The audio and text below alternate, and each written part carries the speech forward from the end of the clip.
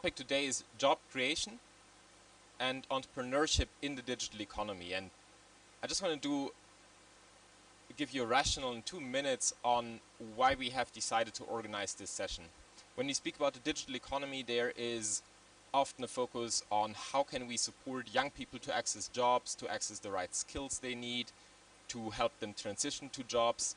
The first question we should ask is, where are these jobs going to come from? Who is going to create those jobs? And I believe we have many participants here who represent government institutions, who represent international organizations, who represent NGOs, foundations, and so on. And none of us are creating those jobs. We aren't creating those jobs. We are enabling perhaps an ecosystem to create such jobs, but the vast majority of those jobs are being created by the private sector, certainly in the digital economy. And what we want to focus on today is different strategies on how to stimulate job creation in the digital economy, job creation in a way that is demand driven, that is asking where is the biggest potential to create jobs in the digital economy, and then to ask the questions on how do we support businesses to be able to grow, to be able to create jobs that are not just digital but also decent, and then obviously asking the subsequent questions on, so what support then do young people need to access those jobs, to match them with employers. So the perspective we are taking is very much one from the demand side of the labor market, looking at employers and looking at the different types of jobs that are out there. In many of the conversations, we have gone to great depth already. But sometimes when we speak about jobs in the digital economy, it remains somewhat of a black box. We just speak about digital jobs, but I think we can also explore together a little bit more, what does that mean? What type of different jobs are available? Online work, freelancing work, working on platforms, working on online platforms that are delivering services, working in digital occupations in established enterprises and the private sector. So these are all different nuances of jobs in digital economy, and we are going to explore that a little bit more in more depth. Now we'll proceed in 2 steps in the session. We'll first have a short scene setting presentation with some of the new evidence from the ILO on digital employment diagnostics to understand really better what is a sensible framework to think about decent job creation in the digital economy. And then we'll dive into a panel discussion to hear from different perspectives, from government, from private sector, from foundations and NGOs that do great work in that space, and we hope to also engage into an interactive discussion with you all. We are relatively packed, but we are also, I think, quite an intimate group still, so we can hopefully have a vibrant exchange over the next 1 hour or so. And with that, it's now my pleasure to give the floor to my colleague, Drew Gardiner, who is going to speak more about the digital employment assessments we have been doing. So Drew, over to you. Thank you, Jonas. Thanks for joining this session. My name is Drew. I'm an employment policy specialist in our headquarters in Geneva. And the past few years, we've developed an approach to assess digital jobs, which is called a digital employment diagnostic. And I've been traveling around Kigali with my colleague Fatima the past few days, and today meeting with government and different stakeholders about what is the potential of digital jobs in Rwanda. Do we have Rwandese here? Who's from Rwanda here? Anyone? Okay, we have some, 5, 6. So I'm going to present a bit about what is the potential of digital jobs in Rwanda, but I hope this can also relate to some of the contexts and countries that you all are also coming from. Because I think it has, the approach can be applied, and the definitions that we use in our approach to digital employment diagnostics can translate across countries and across regions. A little bit of context before I start, and I want to present this context with a few questions to you. Who here is a digital doomsdayer? Who here is who thinks that actually digitalization of sectors, of economies, is going to actually destroy jobs, so automate jobs. Automation will somehow destroy jobs. Does anyone think that? Okay, good. You're courageous. 2. Who thinks that rather jobs are going to be augmented, jobs are going to be created through digitalization? A few more. The reality is that evidence is quite mixed. So it depends how you approach automation of jobs, right? At the ILO, we definitely think that net, so overall effect will be positive on jobs. But the right policies and strategies need to be put in place to deal with that. So instead of thinking it as a job destroyer, we should be thinking it as something that will augment productivity. There'll be displacement between sectors, so there will be destruction and creation. And most importantly, the composition of the skills and the tasks we do in our job is going to change. And it's already changed and is changing at a very rapid pace. Second question. Who thinks that they have today a digital job? Put up their hands. Who can consider themselves as having a digital job? So I think I saw maybe 2/3 of the room. Yes? It depends, right? Again, all the questions are it depends. In my opinion, actually there's no such thing in it as a digital job. We can't define something as being a digital job because more or less all of our jobs are digital in some way. So the question is for us as implementers, as program designers, as policymakers, what's the level of digitalization of a job? And what's needed in order to perform a job or an occupation, right? And that's the approach that we take to doing diagnostics of digital jobs. We actually consider the vast majority of jobs in the economy, even in Rwanda, okay? A subsistence farmer today has a phone and sometimes a smartphone, and he's using it to improve his work, right? So even the lowest skilled jobs in the economy, some have some digital nature to them, and actually that's what I'll show you here, that actually most jobs in a country like Rwanda are low skilled. Is there, I'm going to be quick, so I have just a couple more minutes, and then the important part is the panel. So, and actually I don't even really need the slides. So to do our diagnostics, we use data from the labor force survey in Rwanda. So almost every country in the world has a labor force survey. Some do it better or worse than others, but Rwanda does it very well. Rwanda does it very well. It has an annual labor force survey, so we could use very current data on here it is. Can you go to second? Keep going. Next one. Nope, go back. back to 4. 4. Good. So what we do with the labor force survey is we actually divide jobs into the level of the digital intensity of a job. And the digital intensity of a job have several elements to it. One, it's about the skills and the knowledge required in a job. 2, it's about the tools and the infrastructure you use for your job, so computers, smartphones, internet connections. 3, it's about the tasks that you required of you in the job, right? So maybe it's operating a machine or operating a computer. And the 4th, it's the systems, right? Do you know about software? Do you know how to operate a platform online? So there's 4 elements of a digital job. In analyzing these elements, we can categorize jobs into low, medium, or high levels of digital intensity.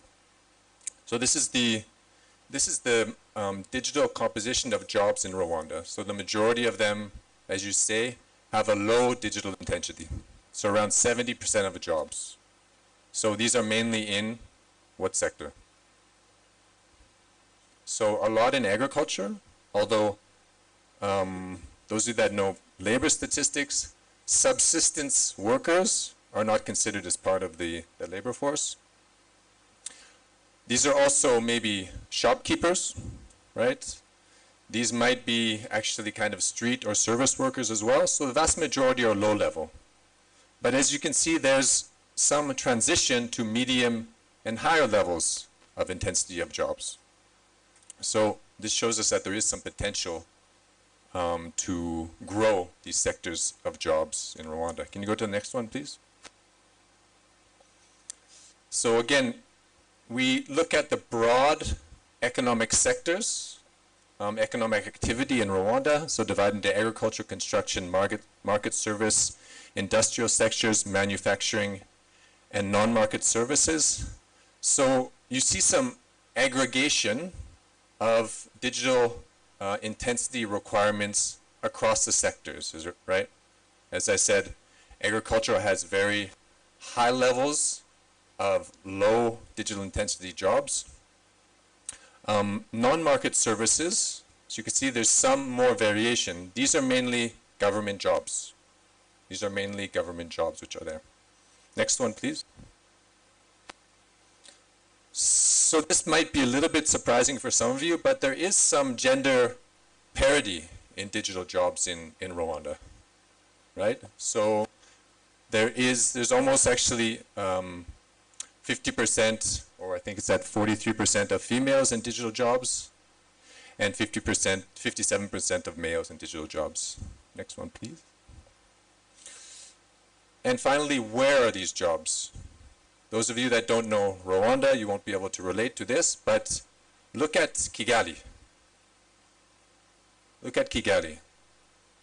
So actually, the share, right? The share, it's not total numbers, it's not total incidence. The share of jobs for Kigali, for digital jobs, is lower than some of the other regions in Rwanda. So that's surprising. That goes to show us this might have to do again with the levels of subsistence workers, because you might have some more in these provinces. But there is potential to develop ICT sectors and digital jobs in areas that are outside of the main urban centers, right? Not only in Rwanda, but maybe in other countries as well. And finally, and then let's get to the important part of the session, which is the panel. You can go to the next one, please. So I said, Fatima and I and our colleagues, we've been traveling around talking to the Ministry of ICT here, MIFOTRA, which is the Ministry of Labor. We've been talking to some startups, to some platform operators as well. And they're telling us some things that they would like to see in terms of developing the digital sectors in Rwanda. And I just wanted to highlight a couple of those. We need to attract foreign investment and foreign IT companies to set up shop in Rwanda, right? We talked about, I heard several people mentioning the Kenya example. So some of the big social media companies are there, some of the big tech companies are there. So we might need to establish some hubs and some clusters these are the big job creators in the end. These are the big job creators.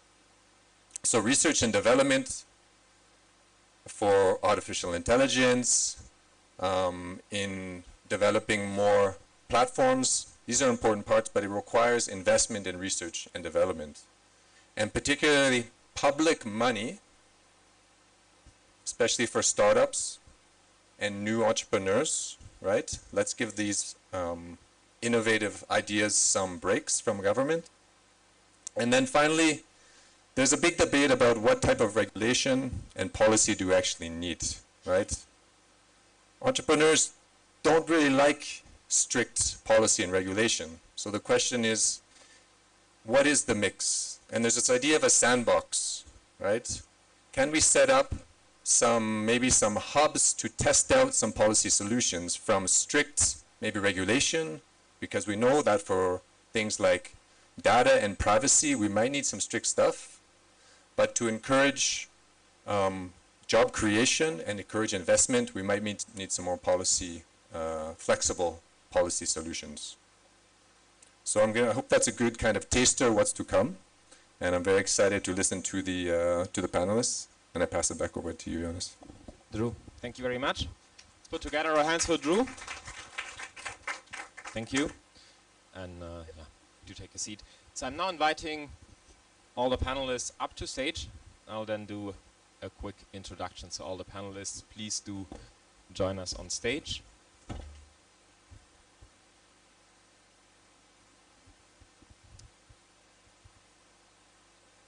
I have the pleasure to be joined here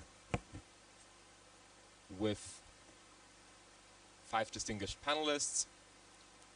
You've already heard from Drew, from the ILO, and here to my left by Ying Sing, Deputy Director at the Employment Promotion Department at the Ministry of Human Resource and Social Security in China. John Matogo, Corporate Social Responsibility Leader for Africa and the Middle East at IBM, followed by Vicky Aridi, who's the Program Manager for the Youth Economic Opportunities 2030 program at Making Sense International, and then Ashley Berry, Director for Strategy and Learning at Education for Employment. Now, I would like to start the panel with our representative from government, Mr. Bai, if I can ask you. So the first precondition really for young people to be able to access jobs in digital economies for business to grow and to provide such jobs to increase the workforce. So could you share with us a little bit what your ministry is doing to support businesses to take full advantage of digital transformations and to create more and better jobs? Thank you, Mr. Bosch. I'm Bai Yingxing from the Ministry of Human Resource and Social Security of China. We are labor department of our government, and we often see that employment is a cornerstone of people's livelihood, and entrepreneurship is an important source of employment. The rapid development in China the rapid development of digital economy in China now is changing the model of production and the way of life. Give young people more opportunities to start and improve their businesses. We mainly do 3 C's to support the entrepreneurship and employment. First, we encourage business startups and upgrades in digital economy. We optimize the business development and provide convenient and efficient government services. We make sure that digital economy enterprises are equally entitled to various of supporting policies. We encourage young people to establish small-scale economic entities which need small investment but produce immediate revenues, which has low risks but can transform easily. And if the young people want to start up and upgrade their businesses, policy support such as granting loans for startups, taxing incentives, and entrepreneurship subsidies will be provided in accordance regulations. Secondly, we enhance young people capability. We organize startups training which relate to digital economy and platform economy, such as opening stores, market analysis, and business strategies to enhance the success rate of startups. Thirdly, we supply entrepreneurship service. We support the contribution of entrepreneurial incubation carriers. We gather resources such as venues, funds, and informations, provide professional service to the young people.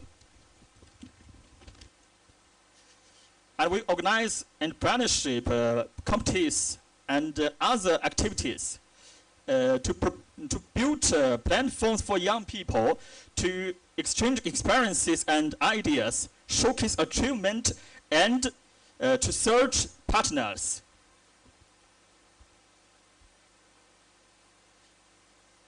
Accelerate the landing of entrepreneurship projects, and that will create more jobs and better jobs.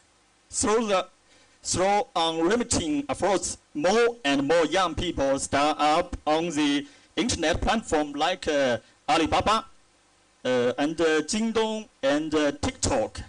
Many of them are reforming and upgrading the traditional industry. The data economy, dominated by small and micro businesses, has already accounted for a significant proportion of our GDP and make important contribution to the stability of our employment. Thank you. Thank you. Thank you, Mr. Bain. I think it was very interesting to hear. You mentioned a couple of important points, availing government services also to businesses in the digital economy. You spoke about how to, for instance, leverage tax incentives, but also the need really to upgrade existing industries, make them ready for the digital era. Now I think on that note, I would like to go to Ashley. You have been working with employers around the globe and can perhaps share a little bit more. What are the occupations in the digital economy that you see from your assessments that are for which the demand is growing fast? Which are the occupations that are in demand? And then if I can ask kind of this dual questions, that would be on the one hand, and then on the other hand, how are you designing programs then at EFE that are demand driven and that respond to that need that you identify? Great. Well, I'm glad the mic works on a presentation about digital jobs. So first, I just want to say, for those of you who aren't familiar with Education for Employment, we have trained 200,000 youth across the Middle East and North Africa, connected them to the world of work. So we do have experience in the area of digital jobs. 25% of our graduates over the last year graduated from our programs in areas related to IT and digital jobs. So I first want to acknowledge the point that was made during the introductory presentation about the variety of jobs that are digital, and that in fact most jobs are digital in some way. I think that's important here, that we're not necessarily just talking about IT jobs or jobs in AI, that type of thing, because those are certainly the buzz topics at this point. There was a recent study from the WEF about growing industries for these global digital jobs, which they're considering jobs that can be done fully remotely. And those were in healthcare management specifically, so not human services directly, but management, financial services, graphic design, communications, and PR, those types of jobs, basically on the higher skilled level of things. So that has implications for, of course, the youth that we are trying to serve. I do want to add, though, that any type of study of this kind, we don't know what could happen in the next year with what is happening with AI. So I think that pivoting to how is it that EFE is responding to these rapid changes in the IT field and digital jobs, we are also focusing on questions around soft skills. How do you understand how to market yourself in a changing environment? So we may train in technical skills for a particular training, but we're also training youth how to understand the labor market, how to apply for jobs, see how their skills fit with the skills listed in different job postings. So I think that's critical. I also want to emphasize the point that's been raised in previous presentations during this conference about equal access to technology, which is required to support these higher skilled digital jobs. So in 2021, EFE conducted a survey with graduates of ours who unfortunately were unemployed in the wake of the pandemic, living in Jordan and Palestine. And 87% of youth in Jordan, including 95% of youth living as refugees who we surveyed, said that they were highly interested in working in freelancing jobs online. And 80% of youth in Palestine said that they were highly interested. But when we look at the statistics about access to computers and internet access and access to stable electricity as well, the picture isn't quite so rosy. So there is this really significant demand among youth to be trained in these skills, to be able to work in digital jobs. but we do need to focus on that access piece in addition to the upskilling component. So I'm happy to say more about that. I think one thing I do want to add, I don't want to take too much time, but I think that it's important for organizations and governments that are looking to prepare youth for digital jobs to think really carefully about market assessments in the country of operation or the country that they are operating in. But then also, if you're hoping to work in markets abroad to prepare youth to work, for example, in business process outsourcing, narrowing that down. So certainly you could say, okay, well, the WEF study says that communications is a growing area, but if you really want jobs for youth that you're training, it's best to get more specific. So, okay, where are the jobs? Who are the employers that we might reach out to for these job placements? This is the process that EFE always takes. We always focus on this demand-driven aspect, because if we don't do that, we could train people in, let's say, social media content creation, and then find out that, oh, well, actually the jobs aren't there in the country that we're working in, or maybe there's a language barrier that we didn't consider if we thought they were going to be working for employers in the US, for example. So on that point around language as well, I want to point out that it's not just technical skills that can create a barrier for young people trying to work in digital jobs. It's also language. A lot of times soft skills are key, because if you're working at a distance, soft skills become more important. How many of us have ever sent an email that was worded just slightly off and then had to solve some issues afterwards? You know what I'm talking about. So yeah, so I want to just say that these are the key considerations, really that demand-driven focus on soft skills, these transferable skills, and the ability to reinvent yourself in the event that the labor market does change with these really rapid changes we're seeing in technology. Thank you.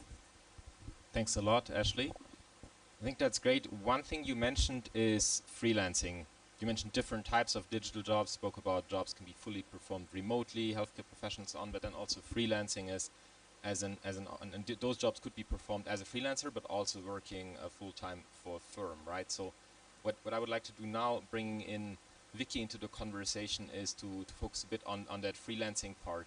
Ashley has mentioned Jordan and Palestine. I understand Making Sense International is supporting young people in Ukraine that are affected by the ongoing conflict there, on exploring opportunities in the gig economy. And perhaps you could just share with us a little bit more how you are supporting young people in seizing these freelance opportunities, perhaps also while at the same time being aware that there's probably certain risks to engaging in freelancing work online.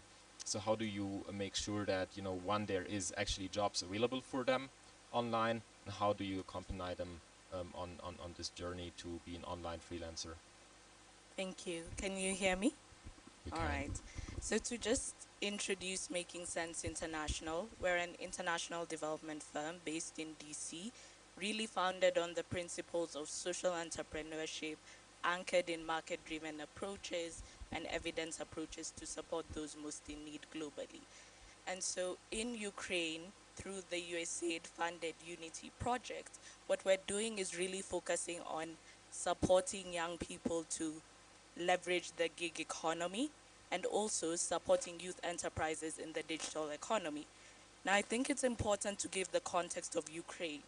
So even before the war broke out, there were already challenges in that for young people, they were vulnerable to divisive rhetoric, oversimplified narratives, and also recruitment from rapid groups. And so they were already vulnerable to accessing livelihoods. And this has already been enhanced with the conflict, because now accessing livelihoods is a challenge. Getting financial services access continues to be a barrier. And more so now because of the conflict, there are frequent blackouts more than before, hindering them from effectively leveraging the digital economy. So with that context in mind, we are using a three-pronged approach, and really starting with trauma-informed approach. Now, when you're working with young people who have experienced conflict, it's critical to embody this approach. And what does that mean? So this is an approach that's really rooted in compassionate care and acknowledging the wide impacts of trauma, and trying to develop or provide a sense of, self-efficacy, building that communication and self-empowerment for individuals who've gone through trauma, and really looking at different principles like safety, the cultural, gender and historic issues, trustworthiness, peer support, and inculcating that in your programming. So how have we applied that? And we've applied that because it's very critical to enable them to be effectively prepared to get into the gig economy. So we've developed a trauma-informed care checklist that enables development partners and people working with young people to enter the gig economy to be able to utilize this approach. And this has also been complemented with efforts of having training modules around the trauma-informed approach that's also being integrated into the government's National Youth Workers curriculum. That is very critical because before they enter the workforce, you have to always think about how do you mitigate harm and do no more harm. Then now the second approach is how do you ensure that they can navigate this gig economy? So we're really looking at fostering learning and knowledge sharing, especially on the tools, information, and resources that they require from fellow young people who've successfully leveraged the gig economy and experts. And we're doing that in a number of ways. One, because of course of the conflict, we're leveraging the digital economy using a podcast series. And this podcast series is very interesting because it's reached about over 150,000 young people, and even looking at how they can leverage the new emerging economies within this space, like AI, how can they leverage marketing, PR, and the like. And then the second piece is really using tools like webinars and having forums and workshops in safe shelters where we can able to provide them with these tools and information, and then creating a community of practice virtually that they can continue to learn and share how to navigate. And then really the last piece is more on the digital economy. So a big challenge for young entrepreneurs in Ukraine was how can they effectively leverage international markets. So through our program, we have been able to develop an export compass forum, and which is really focused on young entrepreneurs in Ukraine, helping them effectively learn how do you analyze the market, how do you effectively analyze the competition within those markets, and then the last stage, how do you effectively scale within those markets. Okay, Vicky, thanks a lot. If I can just ask a very brief follow-up question, which will also hopefully be met with a brief answer. Maybe you can just say one or two things about how you are identifying these gig economy opportunities. I think you spoke a lot about like how you're supporting young people. I think that's great. What's the type of outreach you're doing to employers to identify suitable freelancing opportunities to them? No, that's a good question. So even before we did outreach to the employers, we did a labor market assessment, and we're trying to map out with the current situation in Ukraine, which are those impact sectors within the gig economy that would be more suitable or more efficient and easy for them to tap into. And then the second piece, so I'll keep it very brief, the second piece that we're also doing with different development partners is trying to map out what are some of those global platforms that don't have as much language barriers or challenges, especially because of the context of Ukraine, that the national government to see are there opportunities to leverage local platforms to be able to employ more young Ukrainians. Okay, yeah. Thank you very much. And with that, I would like to bring in John into the conversation. IBM, through your Skills Build platform, you're providing access to online training on different types of digital skills for young people and adult learners worldwide. Perhaps you could share with us a little bit, since the focus here is really on the demand side of the labor market. One, how have you identified the occupations that you would like to focus on? But then also, what do you see when you look at this growing community of online learners? What is the type of support that then those people need to connect to decent jobs and to turn their skills into improved livelihoods? All right, thanks, Jonas, and happy to be here on the panel. Actually, some of the panelists are actually our partners in the initiative that we do in terms of skilling. So we work very closely with EFE in Egypt and Morocco. So that's wonderful, and also with the Chinese government on our skilling initiative. So IBM is a technology company. And I think from the presentation that Drew shared earlier, you know, just to avoid the discussion around whether digital jobs, I think we can all agree that a lot of the jobs are digitally enabled at some point or the other, right? And in recognition of that, you know, and then post-pandemic, I think one of the things that IBM realized is that, you know, there's huge disruption that is happening in the space. When you look at technology like artificial intelligence, I mean, right now the big talk is on generative AI, right? And that's changing very rapidly. We're not even at the, you know, we're going to see more of this happening in the long term. So one of the things that was then clear is that the need for reskilling is going to be essential. You know, so all the discussions he was mentioning about, you know, whether in the IT, in a digital job or not. So the workforce is changing very rapidly.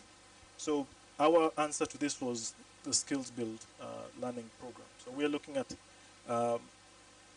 enabling 30 million learners across different spectrums. So whether you're at the high school level, those who are yet to join the workforce at university and college level, and then those who are in the workforce. And we do this primarily through partners, and the idea is to build capacity, because, you know, for those who are in the workforce and are beginning to remain relevant in that space, you know, they need to then carry out the skilling program. The other thing we also see is that there is a trend that you know, and then I move away from the idea of jobs, because I think work is something maybe more of a discussion that we should focus on. That a lot of individuals are finding work opportunities that are digitally enabled. So this could be self-employment opportunities or consultancy and so on. And you know, whether it's working remotely or at a location. So one thing that we've seen that for this to work well, a recognition of the skills that they have acquired is something that is important.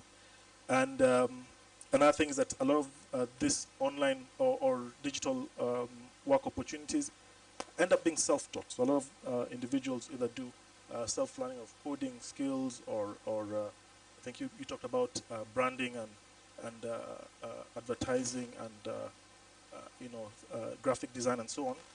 But then you don't have a credential behind it that would you know, give recognition that you have those skills. So through a program like Skills Build, what we do is, in addition to providing the learning, we also provide the assessment and then the recognition for these skills that individuals have acquired over time. And then this gives them opportunity for them to, and other locations where they can then secure those jobs and you know, bid for work. Okay, thank you very much. You mentioned the idea of credentials, micro credentials, in that case, as also an important signal that then young people have to approach employers. Is there something where you would say people that have, from what you're seeing, what are the remaining needs? Young people that have done courses, acquired micro-credentials, what are the type of services out there that then others seem to provide? I understand, you know, IBM is focused on skills build. I think there's lots of people in the room that work on different parts of supporting young people transition to decent work. So what would be the type of support services, if any, you think that then would be needed for young people then to land a job or freelancing gigs? Well, so in doing the work that we do on Skills Build, so platform is just one. So, you know, providing the learning opportunities is one thing. And the reason why we also work with partners is because there's a lot of wraparound services that you do when you provide these learning opportunities. So, you know, working with people like EFE, so giving mentorship support for these individuals who are getting into this kind of spaces is something that is very important. Developing communities that, you know, can work with these learners as they go through and enter in those types of spaces. is also something that we've seen has been, an essential component to make it more successful for them to, after the learning, what's next? How do they then secure opportunities? These are the two things that come to mind when we carry out the work with skills. Okay, thank you very much. Drew, I would like to come back to you, though we haven't discussed that question before, but I'm sure it's going to be fine. So we from the ILO, so we speak about decent work, and I think we spoke about a lot of different job opportunities in the digital economy. And one concern often is, okay, to what extent are these jobs decent jobs? What are maybe also some of the key risks that young people face as they enter the digital economy? Perhaps you could just share a little bit on the thinking that we've developed in the ILO. What would be key considerations there? What are maybe key risks that also the partners in the room they should consider when promoting work in the digital economy, be that, for instance, gig work or online work? Sure, I can try. So, online work is a phenomenon of the modern economy that we didn't know before. And it's true that we're trying to develop some strategies and policies, but we're still not there. And the issue is that there's no borders. So it means that it's a global issue, needs to be treated by all countries. The reality is, the global economy, there's a race to the bottom in terms of wages. So a lot of jobs will be created by outsourcing, right? High-income countries to low-income or emerging or middle income. We've already seen it. It started in Asia, and policy is slowly starting to keep up. But there's a lot of risk there, right? Because there'll be some leapfrogging, there'll be some evasion, and there'll be some that are trying to go around, principles of decent work. And so there's big risks, especially for young people who want to get in their first job and want to get any experience by all means. And I just mentioned that on the regulation front, that's something that we'll try to deal with actually in next year's International Labor Conference. So there'll be there should be, if we can agree, because between employers, workers, and governments, it's not always easy, a global standard on work in the platform economy. So we should have some global guidance about 4 countries to use so that we can avoid some of the mistakes that have been in the past in terms of decent jobs, and especially for young people. Don't know if that. Yeah, thank you very much. No, I think it's just also to bring in that perspective that when we speak about creating new jobs, then I think there's no guarantee, it's not predetermined that these jobs will be decent jobs or better jobs than the jobs that are being replaced. And it's also our collective responsibility to visualize these risks and to mitigate them. I think you mentioned some very important considerations. Here in Rwanda, of course, business process outsourcing is a big priority. We have seen conversations in other countries in the sub-region here in Eastern Africa where there was a very big debate around AI models, specifically the big large language models that have come out, ChatGPT and others, that have been fed by the relentless work of many micro workers that have been tagging content, that have been providing AI models with the data to be trained on. And that work in many cases takes place under conditions that I think we deserve a closer look. So I think we always need to balance, or we need to engage in that conversation as well. Okay, how are the jobs going to look like, and what do we need to do as policymakers and regulators, but also then as implementers, what is our responsibility to make sure that these are decent jobs? And with that, I would like to open the floor to the audience for comments or for questions to this conversation. If you have a question, then please do also say to whom you would like to direct the question. We'll take a couple of comments and questions, and then we go back to our panel. We have around 15 minutes to wrap it up here. So please be to the point. And I'll start here to the front, and then we'll work our way to the back. So please, Lauren, go ahead.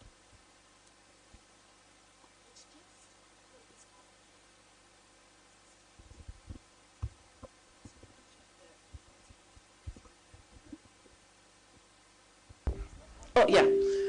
You mentioned the exploitative nature of microwork and focusing on the platforms, but sometimes I think the focus is too much on the platforms as opposed to where the work comes from. So the reason that platforms pay workers so poorly is because it starts upstream. And this is what I feel there's not enough focus on.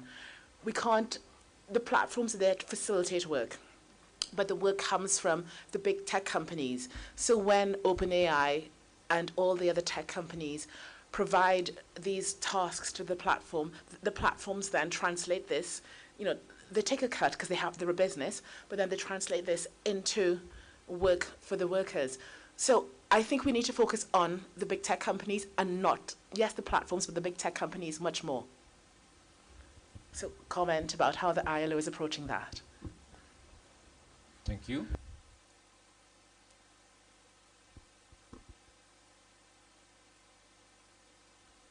IT, maybe you can assist with the table mics.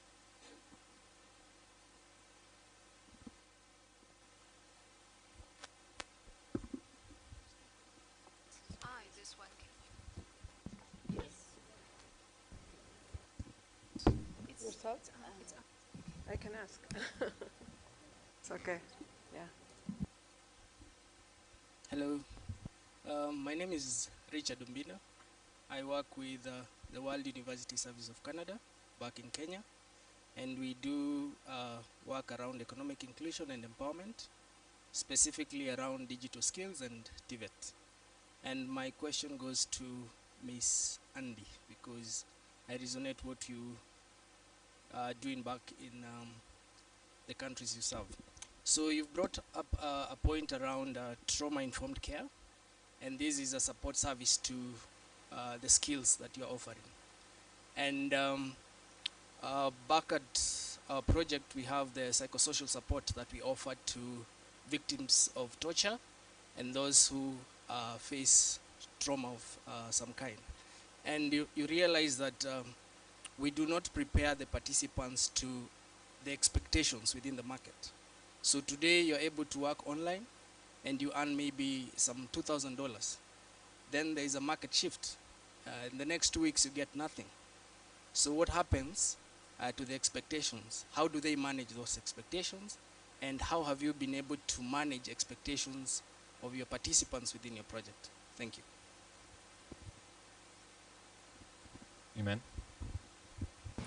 Hello, my name is Iman Raslan. I'm the RVP for Udacity, overseeing Africa, and we're doing large-scale digital skilling program in partnership with the digital marketplaces to offer jobs until placement. And my question is to Drew, and it relates to the study that has been done in Rwanda, and the very interesting insight on the share of the intensity of digital jobs outside of the main urban centers. Can you please give us some insights and observations on the relationships between the existence of tools and resources and access to enablement in those like cities outside the urban center, and the relationship of this with the digital job intensity? Thank you. Yeah, we have a lot of hands. We'll just taking two or three more. So please here, the front.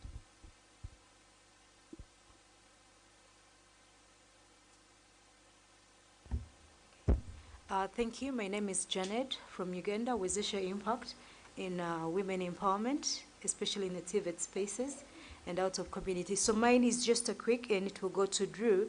When you talk about risks and challenges, I don't know if you've thought about the mitigation measures, especially when it comes to manipulation and digitalization. At least I've had a few cases of the youth that have done great work in the space of digitalization, but they are not valued for their work. You find that they are less paid, and at times some are not paid at all. So I don't know if we're thinking about it. And Marta, one more comment in back, Marta, and then to the gentleman, and then we need to go back to the panel.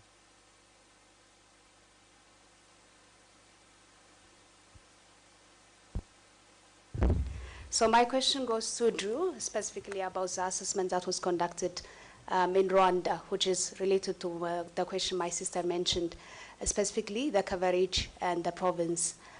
So like I can mention about the particular experience in Ethiopia, where like the jobs are highly concentrated in the capital because of the connectivity and infrastructure in the capital. So what's the coverage of connectivity and infrastructure when you go outside, like Kigali, that brought the result you mentioned earlier? Thank you. Okay, one last question from the table in the front. So my question is on the aspect of regulation. We've seen that currently I do work with the refugees and those communities, and we have seen like different level of experiences in these platforms, whereby you know, like you're competing with somebody who has better resources or better opportunities in the US. You are competing for the same job. You know, like what are we doing about that, and how are we providing these opportunities to those, you know, like youth that, you know, like do not have access to these resources and also like opportunities? Okay, I think, no, we need to go back to the panel now because we are really short in time, so I'm very sorry, but we'll have some more time over the lunch break to exchange. So Drew, I think there were a few questions to you. I don't know whether you wanna start, and then we'll can probably, yeah, we can, okay. Okay, thanks for the very relevant and interesting questions. Maybe I don't know if I can get to all, but on Lorraine's question in terms of the responsibility for kind of working conditions of online workers or gig workers. Well, that in ILO, that depends who you ask. If you ask the private sector or if you ask workers' representatives. And it's, as you know, it's a very complex question to answer. And I think that's why policy and regulation has been pretty slow. I mean, the European example, it's taken them 5 years or more to come up with a directive on workers in the platform. So, and just one point, which you know as well, but I mentioned to the other, the key element and the key question that tries to ask is a worker, an online worker, considered an employee or an independent contractor or a self-employed person? And once that question is answered, it has enormous implications for a country and for employers. And no country, I think, or necessarily national authority has kind of tried to answer that in a definitive way. And a lot of, well, in high-income countries, it hasn't come to Africa yet, but usually there's been like a hybrid solution to that question, right? To say that they are considered an employee in certain circumstances and then have access to certain types of social benefits and wage policies.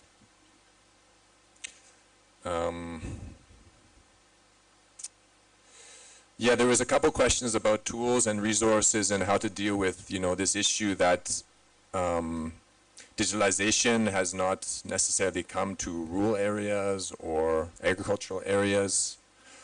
Rwanda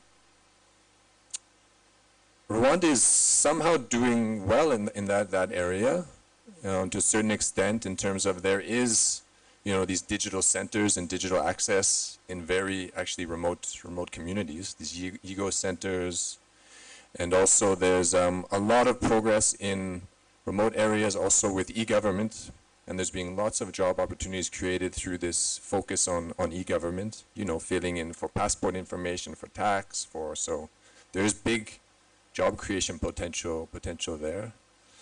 But the issue is that, so in Rwanda, there's, I think, 96% internet coverage, so 3G or 4G, so there's coverage everywhere. But what varies is how people use actually that ability to access internet, and that varies quite. So that means there still is huge digital divides in those areas. That's why I think focus on rural areas and setting up some hubs and incubation in rural areas would be, but we're a long way. We're still a long way from that, I would say. For sure, in terms of like dangers online, maybe some of you can talk to Lorraine about that as well, because that's a huge focus of, you know, marginalized populations accessing, because there's a lot of scams, fraud, privacy issues online. And actually, usually when a young person starts to look online what they can do, usually what they first come into contact with is like those trashy, dirt, you know, risky a bit opportunities. It's huge. It's a huge risk.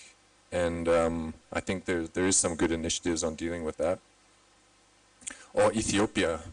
Ethiopia, that's a unique country because it's so huge and so little access to a lot of areas. I don't think you can compare very well with Rwanda. But I think policy and regulation is catching up a bit in Ethiopia as well. But it's, I think maybe we can have a discuss after because it's a very unique country. I got some of it, but not all of it, sorry. Okay, Drew is going to be around later on as well, so take advantage of that, please. Before I just hand it to the panel, I would like, please, you know, do feel free to respond to the questions that have been asked to you or more in general. I would also like you to conclude with one recommendations for partners in the room. What you think partners could do to support the creation of decent jobs in the digital economy. We are having a few minutes left, so if I could, Ashley, if I could start with you, and then we'll work our way down. So one piece of advice, I guess, I would say if you're an implementer, definitely coordinating really closely with effectively in the region, because I think that one of the potential solutions or part of the solution to the issue of this race to the bottom for wages is more domestic development of IT sectors, so of business process outsourcing companies, where youth can then work at those companies that are regulated by the local or, you know, regulations rather than going it on their own on virtual jobs platforms. So that's one option. That's something that we're doing in Jordan currently. And I think also, you know, governments developing just increasing focus on this topic of digital skills, because the more skilled that youth are, the better able they're going to be to compete in this space. So for example, in Jordan, they've created the Ministry of Digital Economy and Entrepreneurship. So you can see the connection in their minds of entrepreneurship and digital economy. So I think that those are two really key aspects to keep in mind in this space. Thank you very much. Wiki? Can you hear me? Okay. For me, I think it would be just two things to keep in mind when working with young people who have experienced conflict. Trauma-informed approaches need to be at the center. And then the second one is really for governments, thinking about the social insurance coverage for those people within the gig economy. And there's an opportunity to leverage multi-stakeholder partnerships with the government and the platforms to be able to create some short-term social insurance models that can be leveraged to mitigate that risk. Yeah. Thank you very much. Vicky? John? What I would mention, I think, synergizing a lot of the initiatives in terms of skilling. So on one end, you know, so we are doing a lot of work in terms of skills development, but we need to partner with, you know, those who will tie up the next piece. So we just don't skill a lot of people, but who have no opportunity. So if we collaboration is something I would you know, reach out and ask for those who are doing work around this. The other thing I would say is that from the work that we've been doing, yes, we do training on the technology skills, the hard skills if you wish, but I think we also see a lot of need for the soft skills. So from what all of you have mentioned in terms of you know, being able to you see your situations where there'll be a problem that maybe it's not fair how the work that you're getting is you're treated, negotiation and so on. So a lot of the soft skills is one area where I think we should also do a lot of work in, especially for the digital jobs, and also in many cases because it's cross-cultural. So you've got opportunities in an area where you're not familiar with. So that's another element that I would point out as well. Because we've got such a wide cross-section of individuals in the room, I think payment is also an issue that has been that a lot of people who are working this space mention. Young people secure opportunities, carry out the jobs, but then the payment piece becomes a challenge. So some receive the payment, but then they're not able to access those funds that they have been paid for. So maybe because we've got folks like ILO in the room, if you are able to convene some of these stakeholders in this space, that would be an important piece to add on. Yeah, I think I'll stop. Thank you very much. And with that, you have the final word, Mr. Bai. Thank you. As a member of a government, I do think the most important thing for us is to find the suitable position of us, our work. I do think we should play the role of aggregate of resource and services.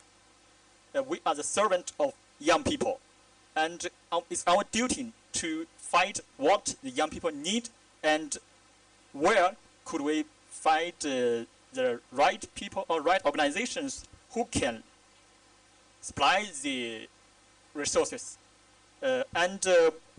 You know that China is a developing country with a huge population of over 1.4 billion. To do this job in China is not easy. And we are hard working for this. And we are willing to communicating and exchanging ideas with the friends all around the world and to help young people start their businesses and reach to digital, and reach to decent jobs. Thank you. For their contributions, but also all of you for your active participation. We have covered, I think, quite a lot of different aspects, and one takeaway that I have is that we probably need much more in-depth discussion on many of them as challenges that hold job creation back in the digital economy. One of them is access to finances. We have discussed the skill side, but also the role of government to support, as you have said in your statement, as an aggregator of policies and of support services. So with that, I would like to thank you all very much for attending. Thank you for the panelists. Please give it up for them.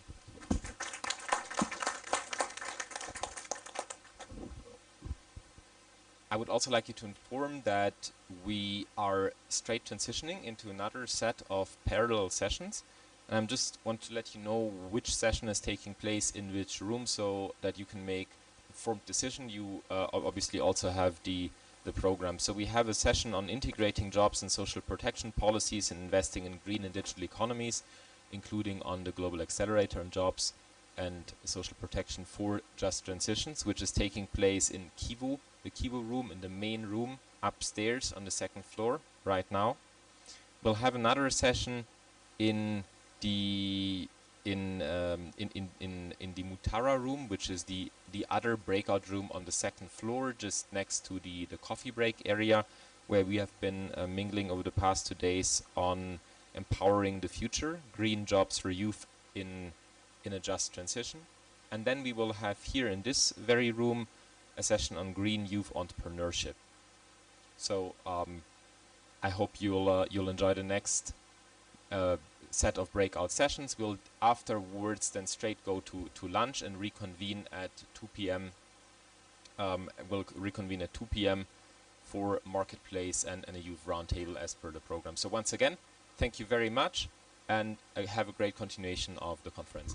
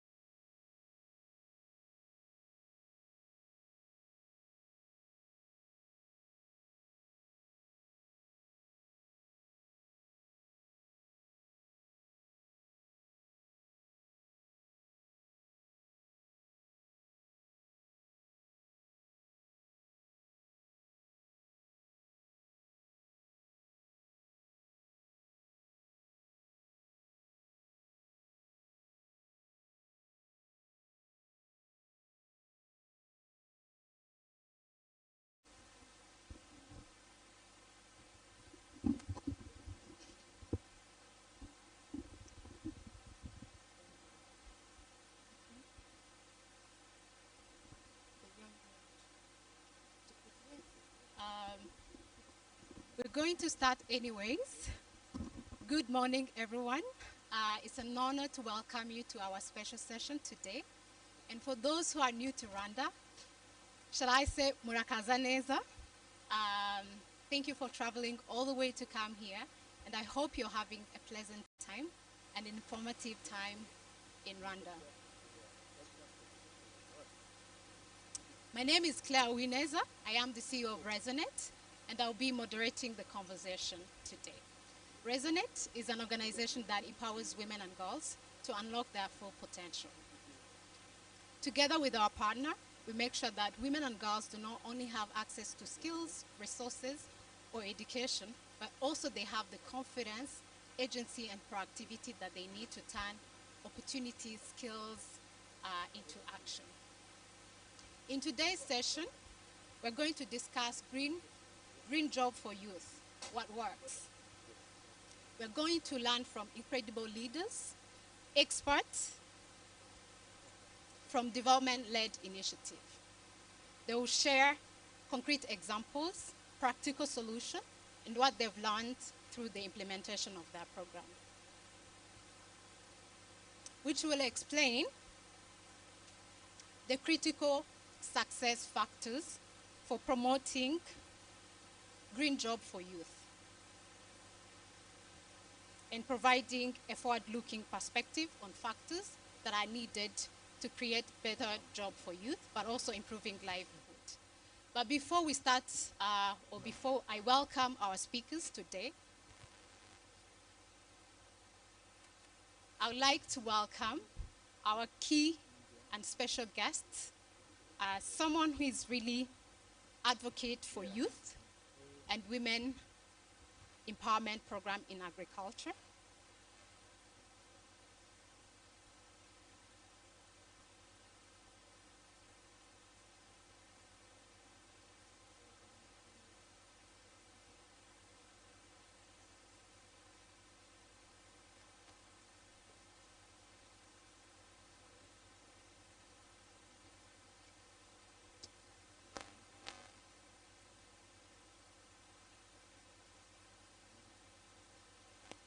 Someone who is a strong advocate for African youth and women empowerment in the agriculture sector. She raises awareness of the existing reality of youth and women farmers in Africa and support the removal of barriers for them to access land, input, finance, training, technology, innovation in order to reduce hunger and increase revenue and economic growth. Please join me in welcoming Kumbu Aso, the representative of and country director of Food and Agriculture Organization of the United Nations for Rwanda and Djibouti. Please, you're welcome to offer your opening remarks.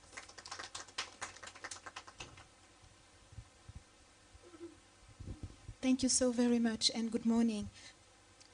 My name is Kumbaso and I'm delighted to join you this morning for the opening of the event that you're having today. I'm strong advocate of women and youth, actually. That's a lot to say.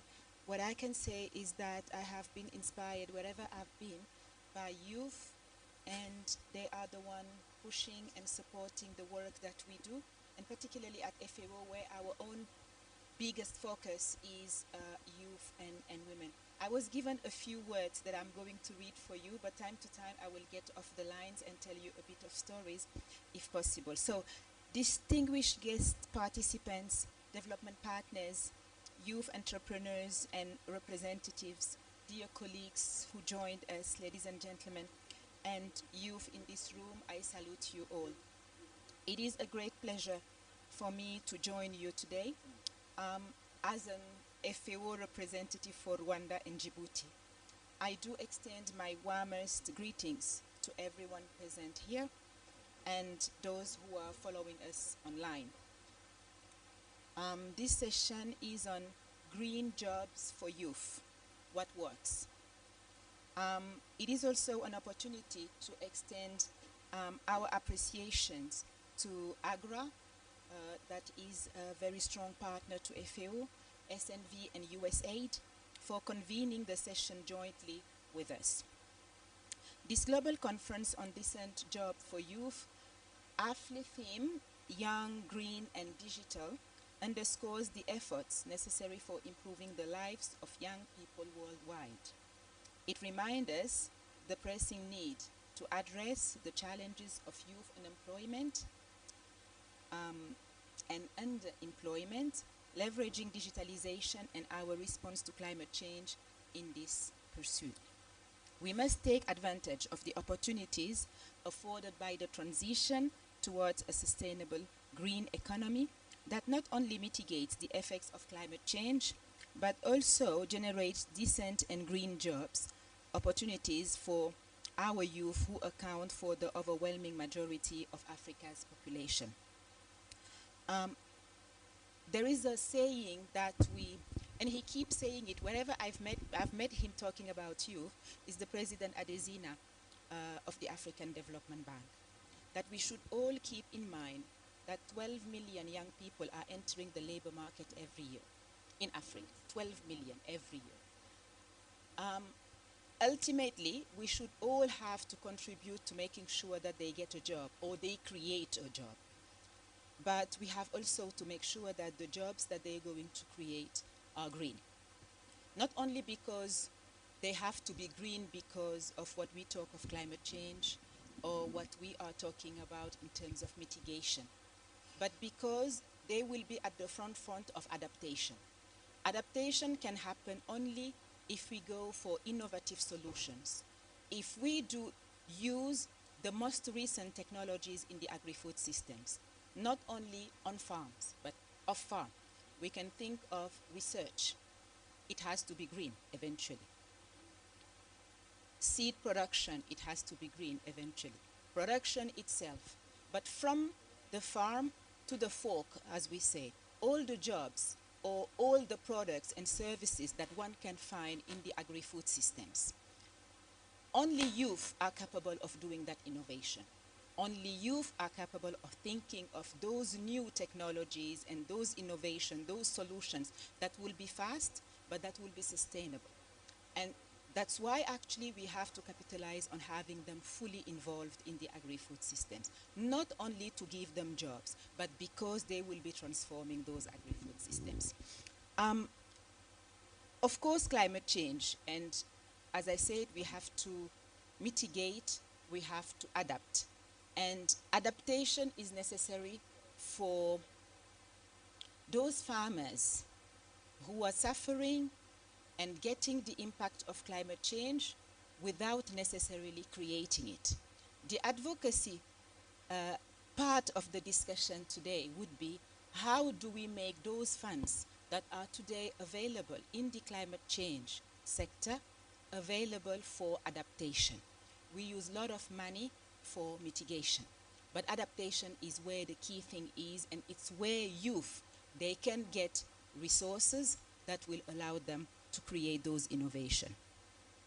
In 2022, FAO developed a 10-year strategy on climate change, presenting the role of agri-food systems as part of the solution to climate change. That strategy seeks to empower and engage youth as well as women. Most of what I just said necessarily is in that strategy. Indigenous people and vulnerable populations in climate action. It calls for engaging youth and women from the outset in the planning and implementation on climate change interventions. This does reflect FAO's recognition of youth as key transformation agent and its elevation of youth as a cross-cutting theme in its strategic framework, which we have as 4 better: better production, better nutrition, better environment, and a better life, leaving no one behind. The creation of green jobs in agriculture has the potential to deliver social, economic, and environmental sustainability through innovative solutions in agroforestry, agroecology, climate-smart agriculture, bioenergy, among others. These emerging sectors provide opportunities for youth and rural communities to contribute to the transition to a just and green economy. In today's session, we want to illuminate concrete examples and good practices for promoting green jobs and entrepreneurship for youth in these emerging sectors. We happen to be in Rwanda, which is, by essence, the country of green jobs. I visited almost all countries in Africa. South Sudan is the only one, which is the last born country that I think I've never visited. But nowhere I've seen what is happening here. You've chosen the right country to discuss green jobs. And I do hope youth in this room who are from Rwanda will share the experience of their country. This is a country where we are not only talking about greening because it's fancy, but because it's important for the country, it's important for Africa, it's important for the world. And they do commit themselves to not only work towards the sustainable development goals for their own country, but for the world in general. It has to do with high-level commitment, leadership. That leadership in greening is there. Then you have create policies, strategies, programs. But when you do create laws, it is to be implemented. And accountability is there to make sure that when we talk about greening, we are effectively doing it. When you talk of planning, you must think of investments. They're making sure that investments are green. This is the country I've seen going to COP, not just to go to COP. First day in COP, they mobilize more than $100 million in green funds. That is really commitment in making sure that what you do for your people is effective. So I'm very happy that this discussion is taking place here in Rwanda, and that all youth and women and men in this room who know about Rwanda will be contributing. I'm looking forward to listening to the panel of experts, and I do really encourage the people in the room to share ideas, recommendations. Nothing is too small. Any idea can help someone to go very far. And I was, other they were in their enterprises, in the Rwanda Youth Agribusiness Forum. And whenever I was discussing with them, they will come up with, oh, I'm doing this, it's so interesting. And one of them one day told me, oh, I'm about to do my internship in a vertical farming, enterprise. And I say, oh, that's interesting. And then I kept asking. Every day he will come and explain what he's doing in his internship. And I told him, but that must be the only vertical farming system that exists in Rwanda, because I can't find it anywhere. And then discussing with him, I told him one day, okay, I want a vertical farm. He said, okay, I'll talk to my boss and we will see if we can do it. And the ideas behind the vertical farm, this is a green job because you do it in a building in the middle of Kigali city. They came to see me, they designed it together with me, and FAO has today the first urban vertical farm in Kigali, and eventually in Rwanda. And that is a green job, because they created something today, a service that didn't exist before. They are receiving letters and emails asking them, could you come to Uganda to do this farm? Because the service didn't exist. This is creating a green job. Thank you so very much.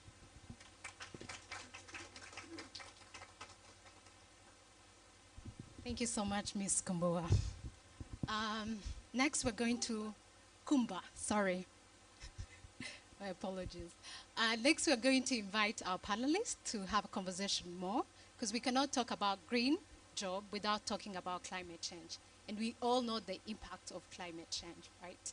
And I think if I can share a quick fact that was shared by the organization WHO, that in 2022 alone, about 387 natural disasters happened, and 79 were in Africa. And that caused like over 30,000 individuals to experience losses. And on our panel, we have the first one, we have Ms. Jenny Fang, Program Officer in charge of Rural Transformation and Gender Equality at FAO. Please take the stage. Ms. Fang has over 10 years of, Fagan, has over 10 years of experience working on decent work in agri-food system across Africa, Latin America, and Asia. She's passionate about participatory program and empowering young men and women to identify, design, reach their career goals. Next, we have Professor Tilahun Ahmed, Director of Climate Adaptation, Sustainable Agriculture and Resilience from AGRA. Professor Ahmed has over 20 years of experience focusing on integrated watershed management in East Africa. He has established model learning sites across Uganda, Kenya, Ethiopia, and Tanzania. He has received international and national recognition, including award and ministerial certificate. Next, we have Ms. Jean Muthamia Mwenda, the Global Lead Youth Employment and Entrepreneurship at SNB in Hagen.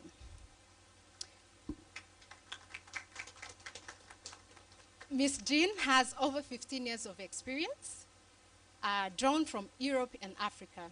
She is an advocate of young women and men as change agent and front runner in catalyzing partnerships that support decent jobs and sustainable SMEs and youth. Ms. Jane serves on board for NGOs and volunteer in several causes. Last but not least, we have our incredible young entrepreneur, Marie-Ange Mukagahima, the founder and CEO of Zima Health Group. She has over 7 years of experience in entrepreneurship. Her company is committed to producing delicious, accessible, and easy-to-use health food products. Under her leadership, her company utilizes locally sourced raw material grown by rural women. Marie-Ange's vision is centered on creating products that benefit both people, the planet, and embodiment, commitment, community uplifting, and sustainable development. Thank you so much for giving us your time. How do you feel? We'll start our question with Jenny.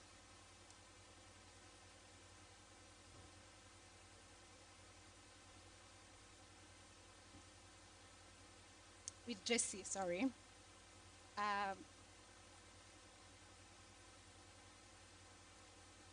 Jessie, FAO is implementing a green job for rural youth employment project in Zambia and Sierra Leone. In the spirit of learning what works for green job for youth, what can you share the good practices, lesson learned when it comes to promoting entrepreneurship and wage employment for youth? Thank you so much. Can everyone hear me okay? Good. Well, I'd like to say a big thank you. It's a privilege to be here today and yesterday with everyone here. So far the discussions have been incredibly rich, and the panel discussions have given us a lot of ideas, I think, each and every one of us. Today I'm going to share a little bit more about FAO's experience. And so, as many of you know, FAO has been supporting youth and agri-food systems for decades, including youth employment programs. In the past almost 4.5 years, we've had the privilege to pilot what's called the Green Jobs for Rural Youth Employment Project. So this project is funded by the Korean International Cooperation Agency and is being implemented in Zimbabwe, Sierra Leone, and Timor-Leste. And this project has been a relatively new approach for FAO. It's a new innovative approach, so I'm going to discuss a little bit more about the lessons learned from the project implementation. This project supports young people through two pathways, so 2 tracks. Entrepreneurship, so what we call is the green entrepreneurship track, where young people are supported with grants, as well as business and technical mentorship, as well as waged employment programs. And so these young people are hired on through implementing partners, whether it be academic institutions, public or private organizations, where they're hired on for a period of at least 2 years, where they're receiving monthly salaries and are learning technical skills and also transferable skills that they can support them after the 2-year period. And so this project involves a relatively longer time investment into our young people, so over a 4-year period.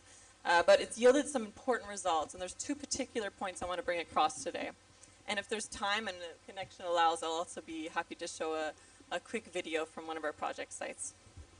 So the first point I want to bring up today is the importance of inclusive and participatory project design.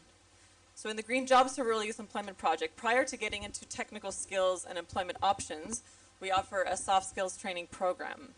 And within that soft skills training program, youth are empowered to identify problems related to food security and environment within their local communities, as well as employment solutions to address these issues. And so all young people have different ambitions, and we don't want to subscribe a particular employment for them, and we want to empower them to identify what they're passionate about and what they see as important. So this is part of the participatory design phase. And in terms of criteria within our beneficiaries, we have 20% graduate youth as well as 80% non-graduate youth. And we see that that mix, that ratio allows for a strong transfer of skills and knowledge and working together amongst the different cohorts. We have different levels of education in the end. And in terms of inclusivity, as I previously mentioned, we have these 2-track approach. So we have waged employment and entrepreneurship. And as we've discussed in some of the panel discussions over the past day and a half now, not all young people want to be entrepreneurs. Some do, and some have ambitions to do so, but not all young people want that. And so it's important to have an inclusive approach that also allow for those who don't want to go into entrepreneurship. And so having a wage employment program has allowed us to be able to support those other youth. And in our case, what we've seen is that more women and those with less education are more likely to actually want to be involved in the wage employment program. And after the 4 years of this project, we're seeing a lot of strong economic empowerment amongst young women and men who've been part of this program. And so not only are they more engaged in household decision makings, contributing towards family income, but also at community level as well. And some of them are even becoming agriculture ambassadors within their local communities. We've also seen many of the young women and men part of this program use their income to start their own small businesses at household community level. We've seen some actually return to go back to school to obtain additional skills, as well as leave for other jobs, other higher skill required jobs, which we're extremely excited about. And on the entrepreneurship side, what we didn't expect is that there's also what we've experienced an indirect job creation. So for every business created, we've accounted for 3 to 5 additional young people or local farmers who've been hired, whether it be a casual, part-time, or real young people, and employment opportunities. So these assessments include market assessments as well as gender and youth-sensitive value chain assessments. And these types of assessments can also allow us to identify appropriate partners and appropriate partners to engage, such as public actors and as well as the private sector. I'm going to give one example in Zimbabwe, where we have a collaboration with a private sector partner. So within our waged employment programs, we're working with a company called Sable Chemicals.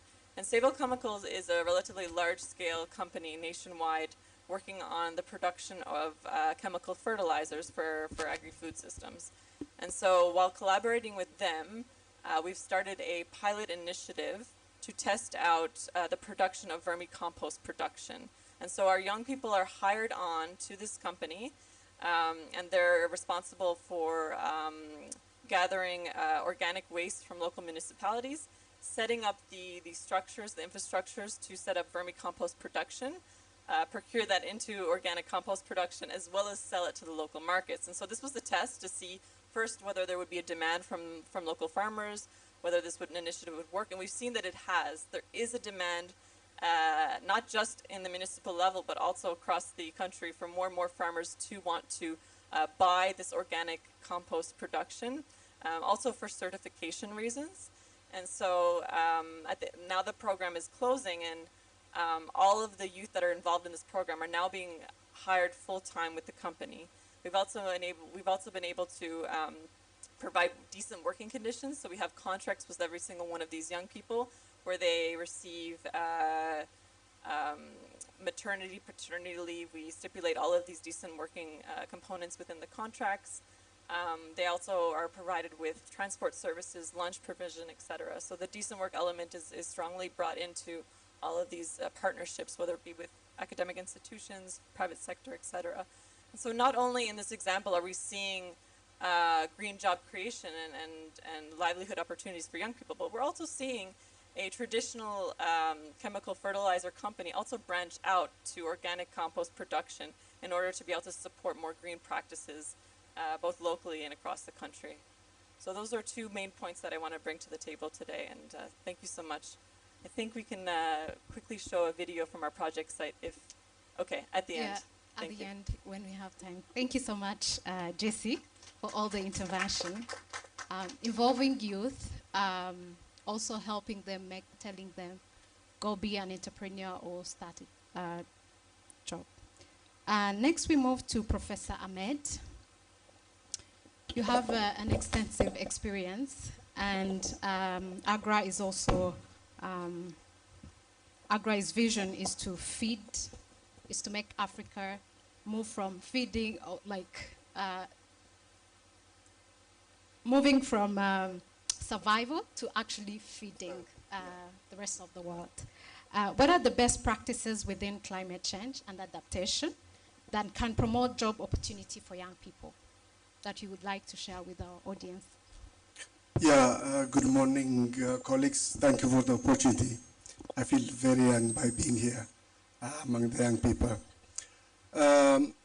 In AGRA, which is probably the largest African institution when it comes to agriculture and food security, we are trying to understand agriculture as a major avenue for livelihood transformation and climate change adaptation.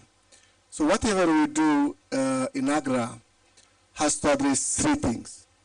One is making sure change, which is becoming very apparent and recurrent, so that farmers, particularly the young people, have the opportunity to absorb shocks.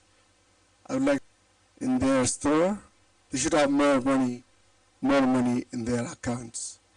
By improving productivity of farms from where we are, a 1.5 ton per hectare agriculture to 3 ton agriculture, we create almost per hectare an additional 15 to 20 additional jobs across the value chain. And that is then happening at different levels. The first level, of course, is, service provision by young people, be it from the input delivery perspective, extension perspective, agro dealership, processing, all sorts of post-harvest management, irrigation, so all sorts of services that are really critical for agriculture, but are so also fundamental to create job opportunities. The other area of work we do is by making sure that we protect our environment, reverse land degradation, reinforce our landscapes, which are really addressing climate change. We are at the same time also creating jobs. Jobs, for example, in the seed system. One avocado seedling here in Rwanda is costing $2.5, one seedling, $2.5. And a hectare of land needs at least 300 very well nourished plants. So if really a young man is producing only for a hectare, imagine he has at least $700 or more of income. So, and then you have all sorts of high value crops we promote, whereby by increasing the crop diversification, which is a means to reduce climate risk, and bringing in perennial crops, which are bringing money. You know, avocados, mangoes, chilies, fruits, whereby you produce more money, more income per unit of land, at the same time engage young people, create jobs. So a hectare of irrigated land, you know, cannot be managed by a family. A family needs at least 10 other additional jobs. So whenever you invest, the government invests on climate change adaptation strategies, it has a multiplier effect. So what we're really trying to do is how do we make sure that these jobs are dignified jobs, are adding value to the system, at the same time, you know, are sustainable, are long term.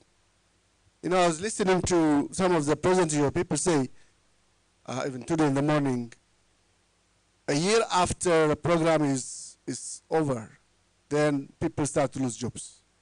That rarely happens in agriculture. In agriculture, the trouble is the initial 1 or 2 years. Until a person has resources on the ground, plant trees, have market linkages, you know, has already applied here and there infrastructure, labor, then there is more incentive for that young man or younger to remain in the system, but rather make it more productive. In all of this, you know, we see a role to everyone to contribute to make that job working. One, we need a policy support, you know, an institutional capacity that will allow young people, for example, to own land. Land tenure is becoming a big issue in this continent. And I cannot, or a young man cannot take a risk of investing on a land which doesn't belong to him or to her, you know. There are lots of tax issues, you know. For a young man or a young woman, you know, in the first 2 years, what do you get out of it? And if you are already charged, then you're out of business. How do we also link them with critical input suppliers so that these young people are becoming the links between the suppliers, the end users, and the farmers, and vice versa. But also create market opportunities for farmers on the ground, become aggregators, you know, set some cool stores, for example, in the field, so that they reduce spoilage, yield, you know, post-harvest loss, add value, at the same time benefit, and get the shares. How can we make sure that they are the trainers on the ground representing the NGOs, so that not every one of us are going to every farmer? You know, in this continent, you see 20 NGOs going to the same community at different times and sending conflicting messages. So how can we use the young people to consolidate their knowledge, help them to develop or to own a context-specific extension content? The young lady yesterday from Rwanda was talking about digital extensions that really promote a lot in Agra, so that that service is becoming, you know, regular, permanent, consolidated, and less confusion. So there are so many, you know, approaches for young people to get jobs that are really long-term, that are dignified, contributing not only to themselves, but to their communities, to their countries, and the bigger world. Thank you. Thank you so much, Professor. So it's important to have policies in place that support, but also how do we involve the young people to have the capacity, but also consolidate all the learnings so that they can share. Moving to Ms. Jean, SNV is doing so much work when it comes to agriculture and youth employment opportunity. You're doing the program in Rwanda, Tanzania, and Mozambique. What lesson could you share when it comes to making sure that access to finance is possible and affordable for the young people? Yeah. If you can be Claire. quick, that would be great. Yeah, thank you. Thank you, Claire, and thanks everyone for joining this session. It's a privilege to be part of the panel this morning. As an international organization or a partner, SNV contributes to sustainable development goals via effective programming or program delivery. And we focus on 3 core sectors that we consider to be optimal for youth inclusion, but also for moving young people out of poverty. These sectors are agri-food, energy, and water. Our programs contribute to sustainable and more equitable lives for all. Currently, SNV has youth employment programs in more than 10 countries in Africa, not 3. Obviously, we started with 3 countries, that's Mozambique, Rwanda, and Tanzania, but we have scaled our framework approaches, and we have programs in more than 10 countries in Africa, and we are looking at opportunities in other regions as well. Our approach or framework approach facilitates access to skills and agency, or developing skills and agency of young people, as well as facilitating access to markets and assets, young people being able to develop or create assets. We also facilitate or work very closely with the private sector, and I'm going to unpack that a little bit more later on. And then, of course, we work very closely with the national governments and regional governments in the countries where we are working, as well as other ecosystem support organizations, to contribute to an enabling environment that can trigger green jobs, but also other traditional jobs that young people can optimize to improve their livelihoods. Now, to respond to your question on financial access and financial inclusion, I think I would start by first stating that green jobs, the circular economy, these are all new topics, they are new emerging sectors, and so it's not everyone, not all the actors in the market appreciate the dynamics, but also the opportunities that are there that young people can optimize, and particularly young women, to create opportunities for themselves. But also to create a bigger picture, or rather to look at the bigger picture on financial access and inclusion, you also want to look at the systemic barriers from the angle of demand side as well as the supply side. Demand side in the sense that young people may be, and more often than not, are considered as a high-risk category because they do not have the assets, the records. They may not have the prerequisites that the tradition, or rather the mainstream financial institutions are looking for to provide credit. On the other hand, the mainstream financial institutions, as well as the microfinance institutions as well, may not have the right products and services that are accessible to young people. So it becomes quite a complex dynamic, and as SNV and our implementing partners, we've had to step back to actually look at what are the implications of these dynamics at country level, and how could we possibly improve or adapt our programming and approaches in different countries. So my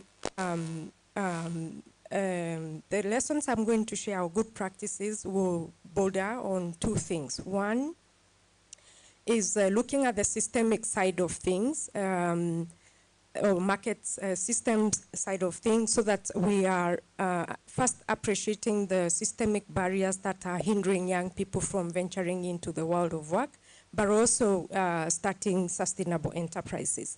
And then the next angle I'll look at is the needs of young people, and especially entrepreneurs that are growing and aiming to scale their businesses. So to unpack the systemic barriers, I would recommend as one of the good practices that as we design our interventions, we would like, it is important that we combine the different market-led pathways of change that contribute to sustainable sector or systems transformation.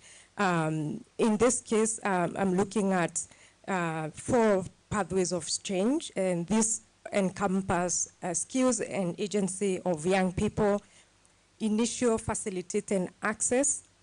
Would also look at the business-to-business partnerships between the private sector and market-ready young people. And then, of course, I would look at the enabling environment. So to unpack that again in detail, very briefly. Very briefly. Yes. On the skills pathway, you want to offer non-financial services, and this can include soft and hard skills such as financial literacy, mentoring and coaching, and digital skills as well. And these are skills that are aimed at triggering the entrepreneurial culture among young people. Then, of course, the facilitated access. This is where we are looking at different modalities of how young people can start to build assets such and self-capitalization. And some of the platforms we have seen to work in this case would be, for example, young people setting up youth savings and lending groups, or even joining existing facilities that are already set up at community level. The third would be partnerships, where we are looking at the private sector. These are well-established enterprises that then become the off-takers of produce and services that are produced by young people. And we have businesses, programs such as To Scale, which is a multi-country program implemented in more than 8 countries in Africa, funded by the Dutch government. And it is applying this business champion model. And then finally, it's documenting and facilitating, or rather, documenting and sharing experiences and insights on what is working and what is not working. And the idea here is to promote regulatory environments that understands the needs of young people. Finally, on the differentiated approach that I mentioned earlier on in terms of looking at the needs and dynamics of the young entrepreneurs, my point here, or my takeaway, would be that we are not applying a one-size-fits-all approach. So in this case, you want to categorize young people based on, first, their ambitions, but also, two, the needs of their businesses and the growth trajectory that you foresee. In this case, we could talk to 3 categories of young people. This one is the vulnerable youth with low likelihood of accessing formal finance. Number 2 is the micro enterprises, and these are informal businesses that provide labor or support to actors in the markets, in the value chains. And then, of course, the final category is the innovative youth-led enterprises that have got potential to grow to the next level. Thank you so much, Ms. Yeah, so finally, to just conclude on that one, is to say that the interventions that we apply or provide to these 3 categories of young people would actually differ from one stage to the next. Yeah, thank you so much. Thank you so much for all the contribution. Just a reminder, if you can have the code on the screen. If you have any question, you can start, scan the code and then start sending in your question, so that when it's time for the Q&A, we can address your question. Thank you so much. And then we move to the incredible entrepreneur, young entrepreneur. Marie-Ange, I know that maybe the journey wasn't that smooth over the last few years that you've been running your business.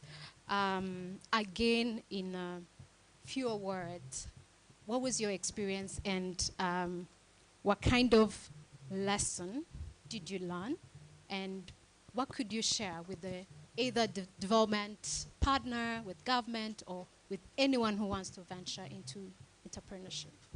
Thank you so much for the opportunity, and thanks for the good question. As spending 7 years into prototyping and putting on table the edible healthy food, Zima has started as a prototype, as I said. And I was a student at the University of Rwanda when I started prototyping about pumpkin products. And it was not just a business, or it's not that I used to have financial capacity to start a business. However, by trusting into something which could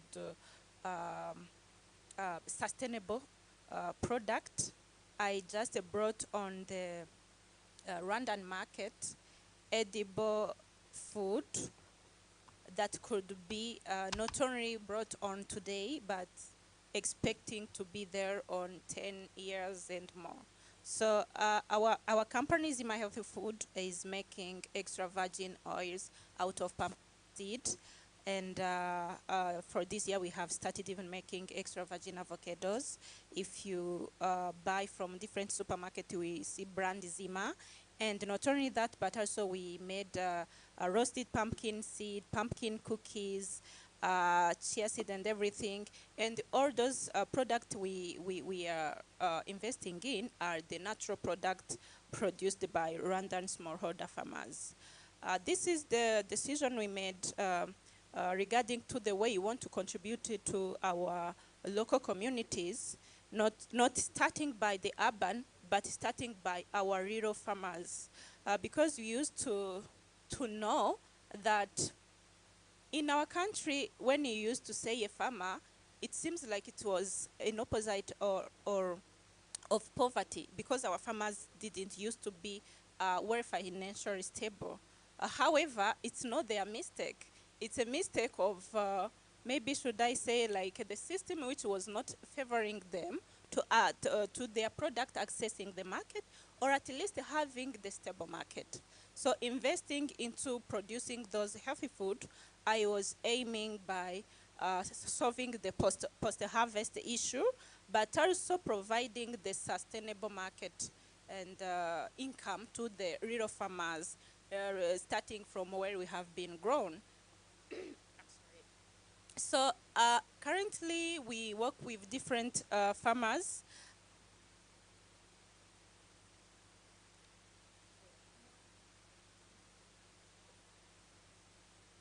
Green, thanks. Green, it's not something I should say that we start from the laptop, but we start from our physical land. We invest into growing organic food, healthy food, because at the end, we are the one to consume everything from the land. So the lesson we have learned is that the concerned part should invest in cultivating the culture to the end farmers, the smallholder farmers, about how to grow the sustainable food. Sustainable food, sustainable young companies, sustainable end user, end consumers. So this is what we are investing in, and this is what we want to bring to the African market. We want to make high-end product from our rural smallholder farmers consumed by African people. Thank you. Thank you so much. If the video is available, then we can switch to a televised remarks from Ms. Jane Lowski, the Senior Youth Advisor from before we do? Okay. Do we have the questions?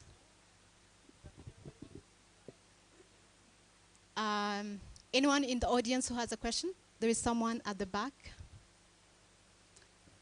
You can introduce yourself, and you can also address your question to any of the panelists. Yes, Esther. I'm a young entrepreneur. I just have one question. Do you regard me? You mean Marie-Ange? Yes, I mean Marie-Ange. As a young entrepreneur, we face the challenge of market competitiveness in a rural area. So how could you reach to expanding your product from a pumpkin up to avocados? In our country, you have just said to be cultivator, it's like the system that favor our cultivators, like our parents, our neighbors.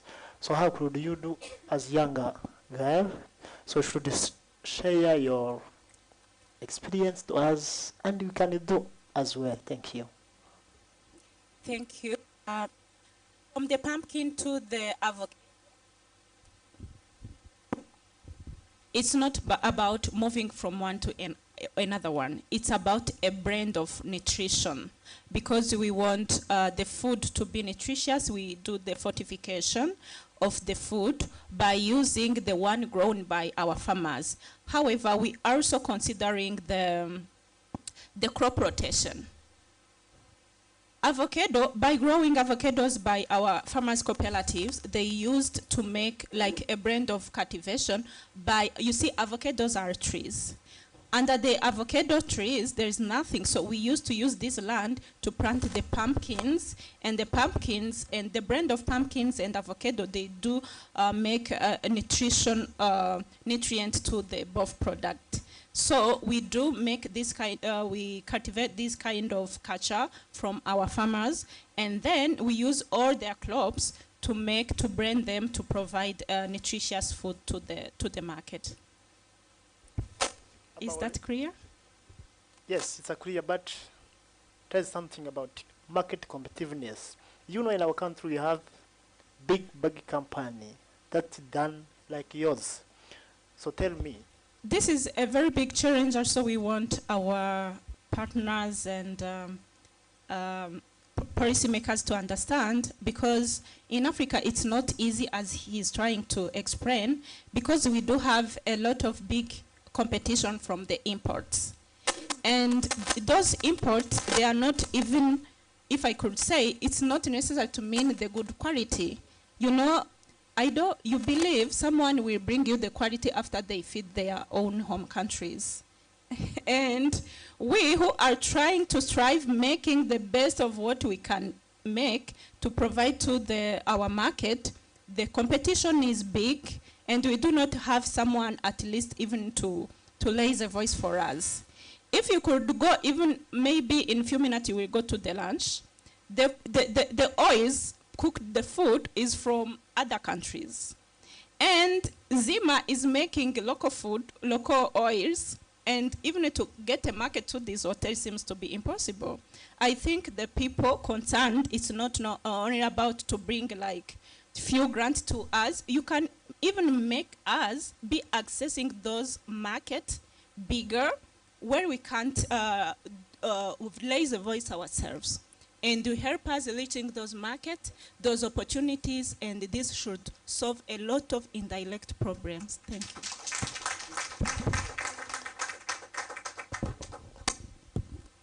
Thank you so much, Marie-Ange. It's important that we trust our local entrepreneurs, give them opportunities, but also help them access the market, AGRA, SNV, and FAO. Any other question? If I can make a short remark.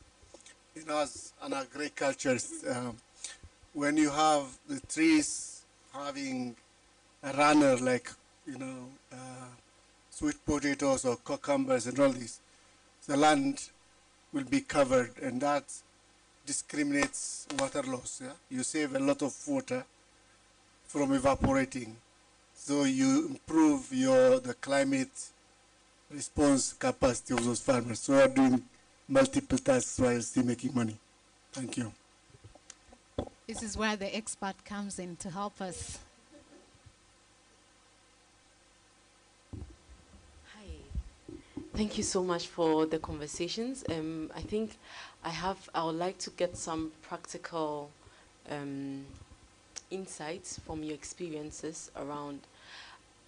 I have worked with farmers in the past, and when you talk about, you know, sustainable organic way of farming, it seems as though quite a number of them want to quickly make, you know, as much as they can now from probably using, you know, chemicals, fertilizers, and other, you know, chemicals that have like long-term wise, we know that they have effects on the land and what we eat overall.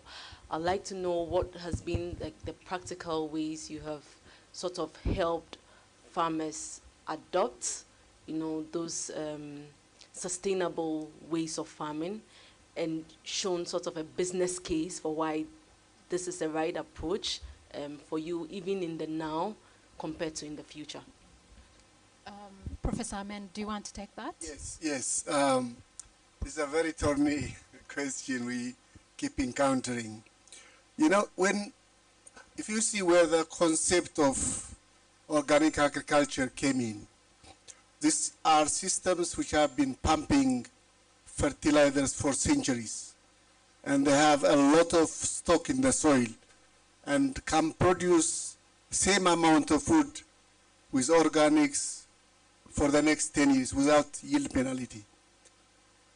In the African systems, we have been mining our soils without adding any external nutrient. A ton of maize is taking at least 23 kilograms of nutrients. Africa is applying 15, and for decades. So what it means, we have been mining years and years and years. And for us to go to organic, we need the organic materials. The organic materials can grow if there is nutrient, and they are not there. So I think it's a transition. So we have to be slowly transiting and starting to rehabilitate our landscapes, capture our water, build our soil systems over time, and then we can talk about purely organic. Unless somebody is promising you I'll pay, $100 per head of cucumber, then I'll do it. Do you want to add? Yes, thank you so much. I think another point, well, part of the question was how can we support farmers because they're wanting fast returns. And I think that's key, especially for young people, because as we know, young people want quick cash, quick job opportunities, tasks, and to get moving. And so I think that's an important part of the puzzle is to showcase that if we are going to convert to organic production, it does take some time for those investments, return on investments, and sometimes that can be 1 to 2 years, sometimes that could be 3 to 4 years, depending on the production scale, depending on what is being produced. And so providing that proper sensitization to farmers and also local stakeholders, as well as government who are supporting agricultural food system programs, it's essential. And another part of that package is research, no? And so if we're doing demonstration plots at local universities, bringing farmers on board and showcasing how these practices can use less inputs over time and showing them the business actual modality around organic farming can also sensitize them to shift in towards these more organic practices. And so doing demonstration plots, for example, on integrated pest management, and not only showing them in terms of soil quality and production of particular produce, but the business case behind that, and letting them know that maybe in the first 6 months that won't be the case, but if you look at a 2-year period or longer, you are actually going to reduce the amount of resources you're spending on inputs in the long term. So I think it's important, that sensitization aspect as well. Thank you. Thank you so much. Because we are above the time, I will encourage that you find time to speak with the panelists after the end of the session so that they can address further questions that you have. As we wrap up this panel, I would like to ask one parting word or one sentence that you want to share with our audience, starting with Professor Mende. Yeah, I think one thing what I would like to say is, the young man or the young girl today, 20 years, 25 years, in 20 years time will be 40, 45. And that will be the time when climate crisis would be the worst. My generation, we may die by then. And you will expect hazards, extreme events. And unless we start to invest now and adjust ourselves and create a capacity, technological capacity, institutional capacity, the risk is too much. So your time is now. Thank you. Our time is now. Okay. For me, I would say, based on the practical examples we have seen in our programming, young people are walking the talk and are changing the narrative on green jobs and climate change. They are playing a crucial role. They are creating green jobs out there. And so I think it's important that going forward, the voice of young people is considered and included in decision making. And it's important that as we look at our programs from a sustainability side of things, young people are part and parcel of the conversation. Involving Because the there's young no people. future now without there's no future now without young people. Thank you so much. I think the word that I would like to stick with is inclusivity, and this is something a question I brought to a panel session yesterday, and a point that I made today. And I think it's key because youth are not homogeneous. We all know that they all have different needs, levels of education. There's some more marginalized than others. Women often have additional barriers when it comes to accessing market, accessing finance. Even amongst women, you have some who are less educated, etc. You also have people with disabilities who have even a harder time often accessing employment initiatives. And so I think that when it comes to program design, having that inclusivity aspect from the get-go, and also incorporating proper assessments, needs assessments, to leave no one behind is essential. Because at the end of the day, we want to support as many young people as possible, and there's many in the moment who are currently not able to access a lot of these employment programs, training programs, education programs, and so reaching out to the most vulnerable is important. Thank you. Thank you. Inclusivity. Effective way of combating or contributing to the climate change is investing in the youth. Their innovation, their commitment are really to be considered and not to be taken as beneficiaries. We wish youth should be partners into everything is going on our continent. Thank you. Thank you so much. If I can summarize, time is now. There is no future without the youth. Let's make sure we are inclusive, even we go down to the vulnerable population, and let's invest in the youth because they're innovative, they're passionate. Thank you so much to our panelists and to you all, our audience. Before we close, we have JC talks about a short video of FAO. If the technical team can help us, it's a short video. I know I'm starting between you and your launch, but if you can give me a few minutes.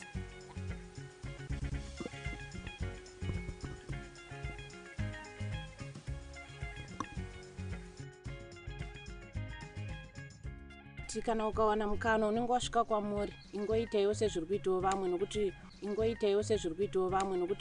upenyu hunongoshanduka nguva diki diki. Patiri isusu takutoona kuti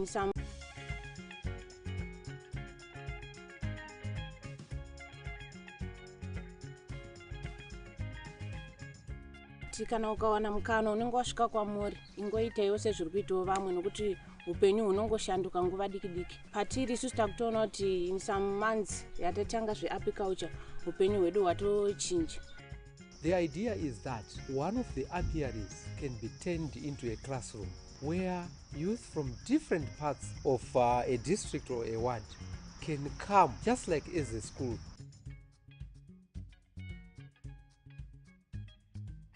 Tinotarisira kuti tichazokwanisa kuti tigadzire mamwe mahives akati wandei mushure mekunge tahavhesta nyuchi dzedu uchi hwedu tatengesa uchi hwedu. Zvakadaro tiri kutarisira kuti tidyare miti kuitira kuti nyuchi dzedu, miti yedu yakaita semijakaranda. Bees are perfect for green jobs in the sense that they need very different plants.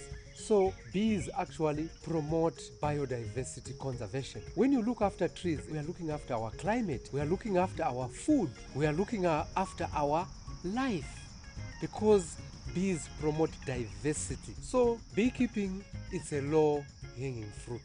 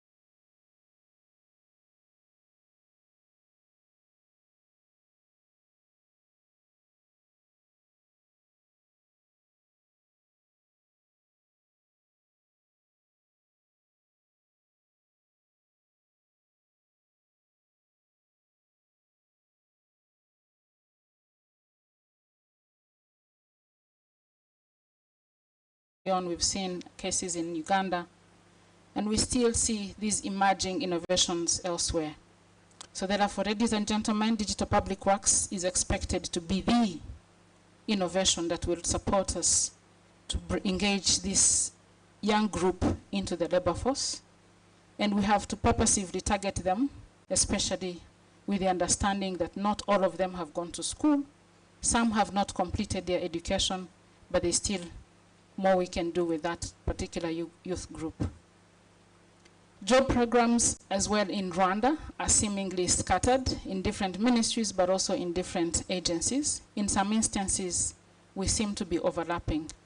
So that calls us to put together efforts in order to coordinate. Let me go back a little bit. We need to align. We need to coordinate. We need to complement each other, as opposed to the siloed nature of our programs. And it's at this note, ladies and gentlemen, that I want to introduce our first speaker, Jonathan. Jonathan is an economist in the Social Protection and Jobs Global Practice of the World Bank. He works as an economist and impact evaluation specialist.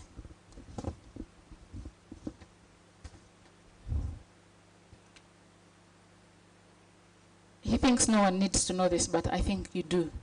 His work focuses on designing active labor market programs with an emphasis on youth employment, especially in those in lower and middle income countries. Most of his recent projects involve interventions in jobs and digital economy, digital skills training, labor market platforms, and he holds a PhD in Humboldt University in Berlin, and he's published various papers in journals. Thank you. Over to you, Jonathan. Welcome. Thanks, Sifa. Yeah, thank you, everyone. Can you put up the presentation, maybe? Then we can start. Presentation? Does it work?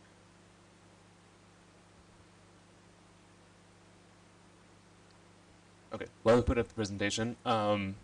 Topic is digital public works. Usually the first question is, okay, so what is this digital public works really? And what is this about? So maybe since we're all like starting to fall asleep here suddenly, I'll ask the contrary question to the audience: what is public works for you? And I used to teach in Humboldt University, and when I asked questions, there was nobody raising their hands. So you can either volunteer, or I'll just be mean and pick one of you. So you can make this easier for everyone if you volunteer and tell me what is public works. And there is no right or wrong. Just say what. Building infrastructure.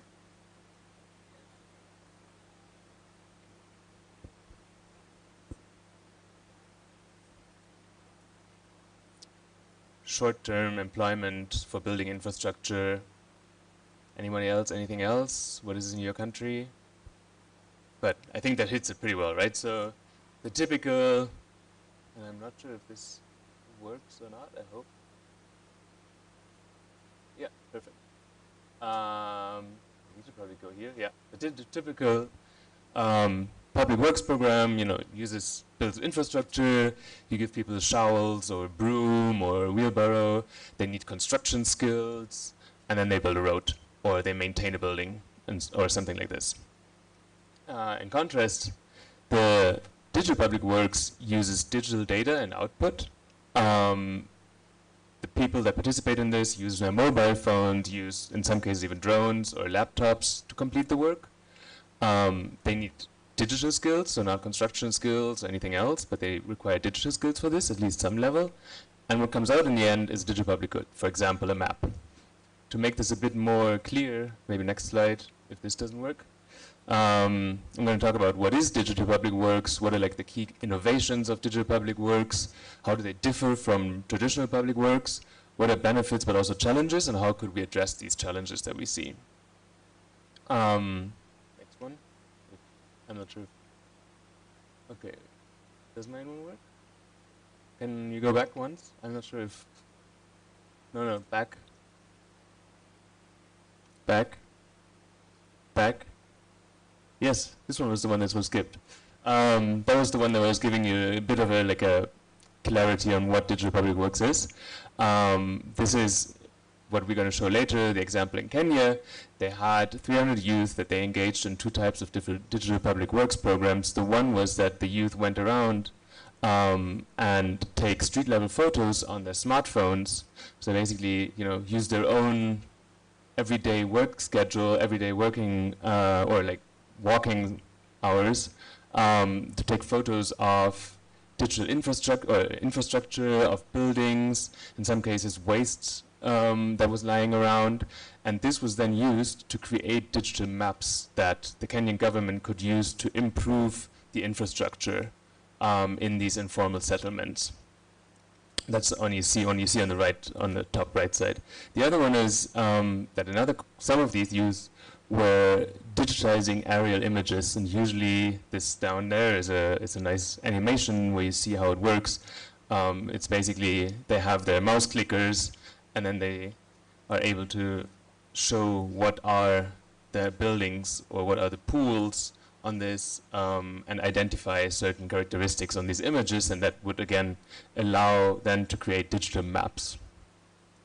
So that's the Kenya example where we're going to have a video later where, good thing is we want to have a digital session. Unfortunately, the internet connection is not good enough to have my colleague from DC presenting live, so we recorded him to present this Kenya example in more detail later.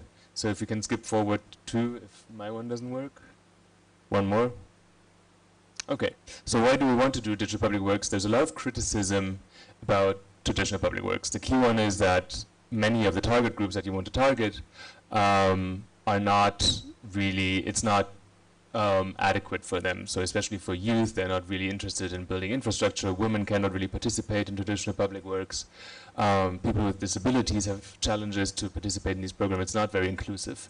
The second one is that there's a large literature showing that these programs often don't build skills. They don't provide people an opportunity to access better employment opportunities afterwards. So it's only about this social protection mechanism, and often then it means that you can also just provide people cash for work or just cash. It may be cheaper and to create the public goods separately without this social protection mechanism. The second one is that we want to address technological process, so we want to make use of all the innovations and digital tools that are available around the world. And the third one is that we want to provide youth digital skills, especially in Rwanda. This is an emerging topic that comes up, and we think that we can use digital public works as one opportunity to skill youth up within a social safety net program. Next one. So what is digital public works again? Like a more kind of methodological overview. It retains the 3 core objectives of any conventional public works program. If you can go forward. I'm not sure if I can do it still or not. Yeah. So to create a public good, to provide a short-term income, what you already said, and to offer skills and work experience for youth. Now, if you could skip to the next one, what does exactly what are the key elements or the key innovative elements of a digital public works program? Is we create a digital public good, or so digital assets, data sets, or digital services that would eventually improve the modernization of public administration and e-governance.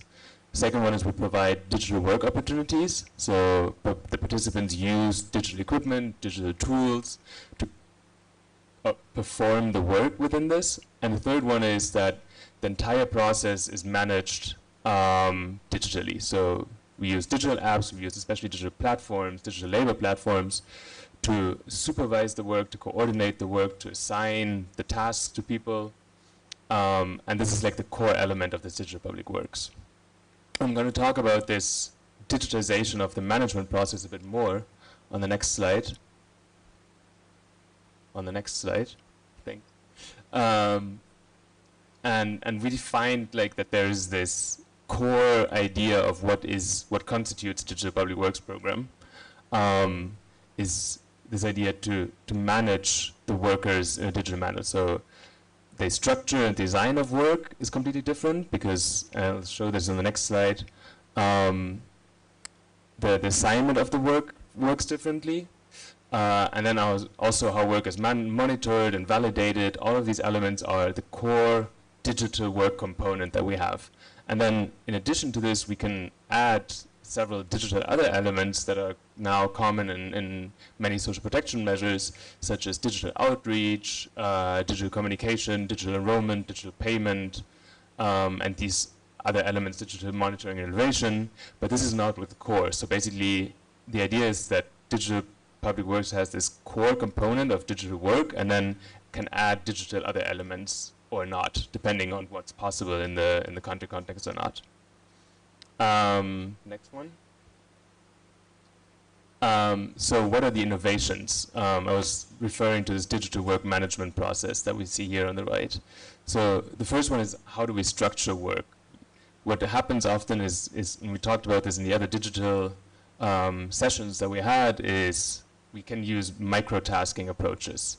Instead of giving people, like, here's your shovel, you work for the next 8 hours straight on this one place, you can give people the opportunity to do the work whenever they can in small little chunks. So say, today you make 5 pictures whenever you can, instead of, saying them, you have to go out for 8 hours and take pictures. So basically breaking up a bigger work process into small little pieces. The second one is that you use digital platforms to assign and coordinate the work. So you can really match skills of people to specific tasks. So say that one of the youth has higher level digital skills, and you can give these people the task that they complete, and those who have less of the skills, they get less intense, task-intensive skills.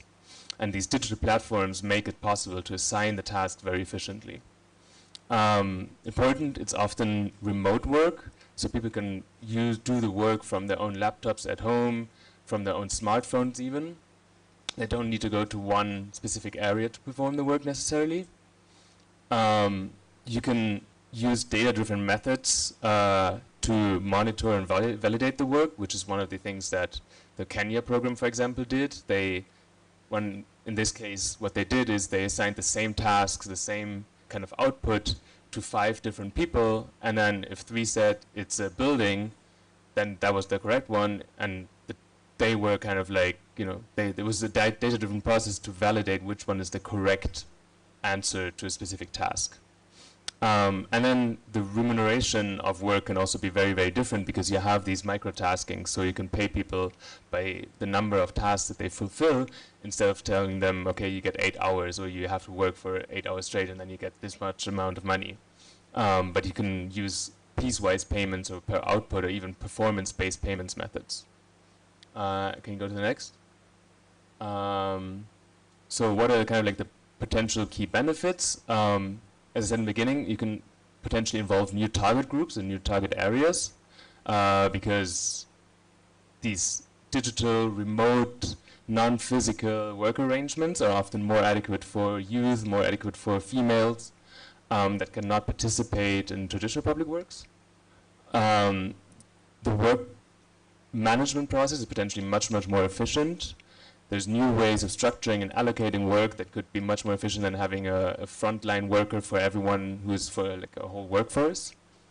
And you can enhance the program design delivery by including all these elements that I showed in the big circle, such as digital payments, digital training services, digital M&E mechanisms to make overall programs design more efficient.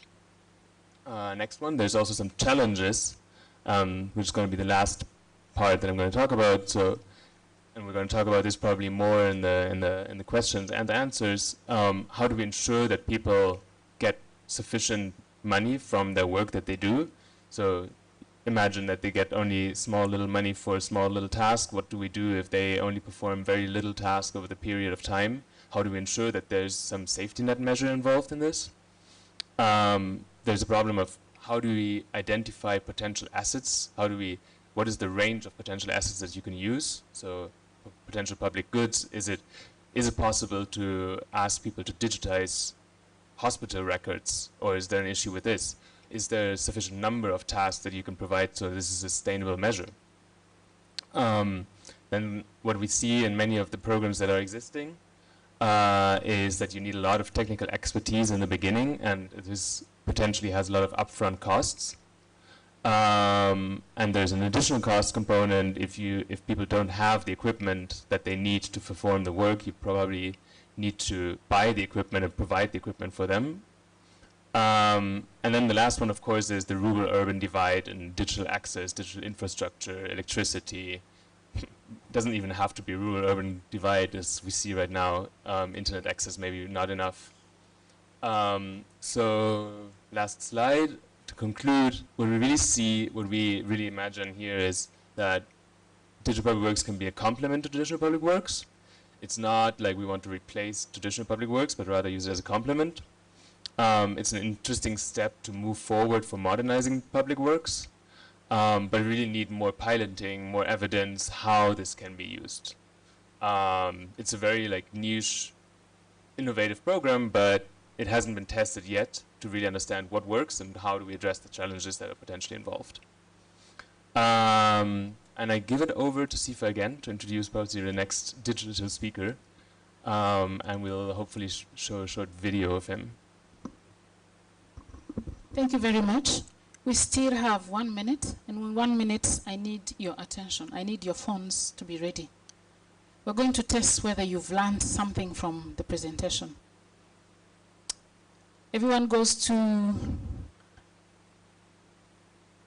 Slido.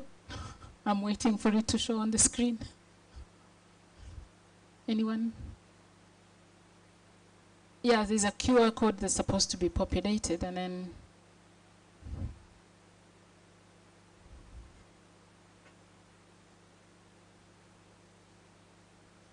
it's coming.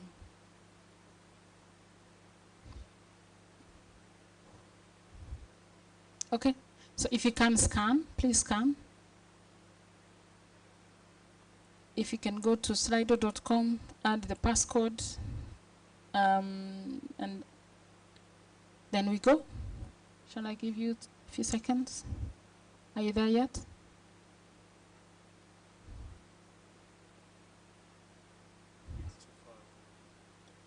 Okay, so you go to slido.com, then you put the join, and in join you put the 3937947.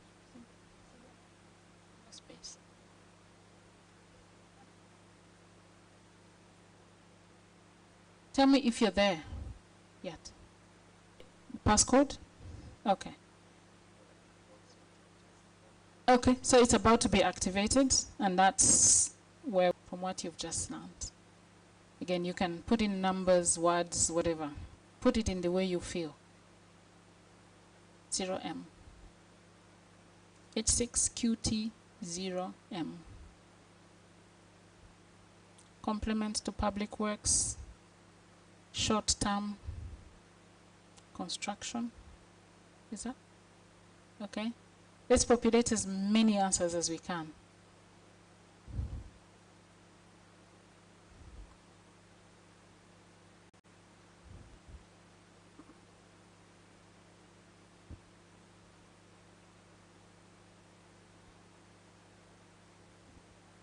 Are we still populating now? Okay, good.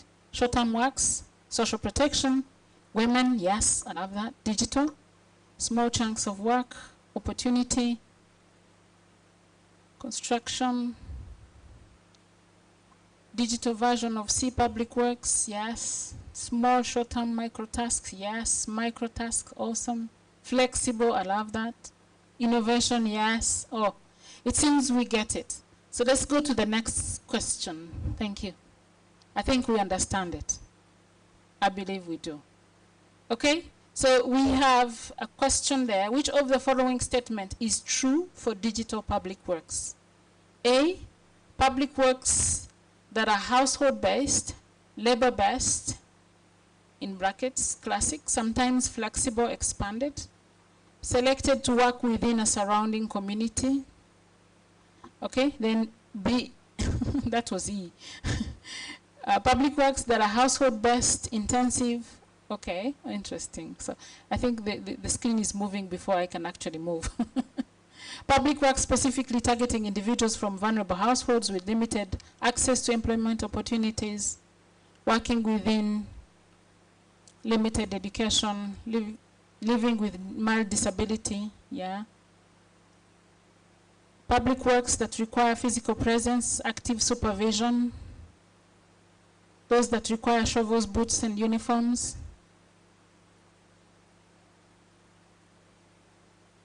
Okay, let's wait a bit.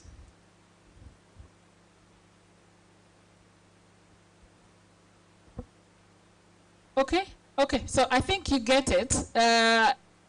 B and E were the correct answers. B, because you have to have vulnerable, you have to have limited education. You don't have to be educated fully. You have to be at home. You can work. You can work with mild disability. It's targeting those from vulnerable households because it's a social protection. Again, we require computers, mobile devices, as everyone has put it. So what was wrong with the A is because it's not labor intensive and you don't have to work within your own community. That's what was wrong with A. On C, what was wrong with it is that you don't need to be physically present. There's no need for physical presence. There is no need for active supervision. It can only be remote with active supervision. Again, you don't need boots and shovels. Thank you. Okay, so let's go to the next presenter. He is in DC. He's going to present to you the Kenya case that Jonathan touched a little bit. So if the technology allows, let's move to that. Thank you.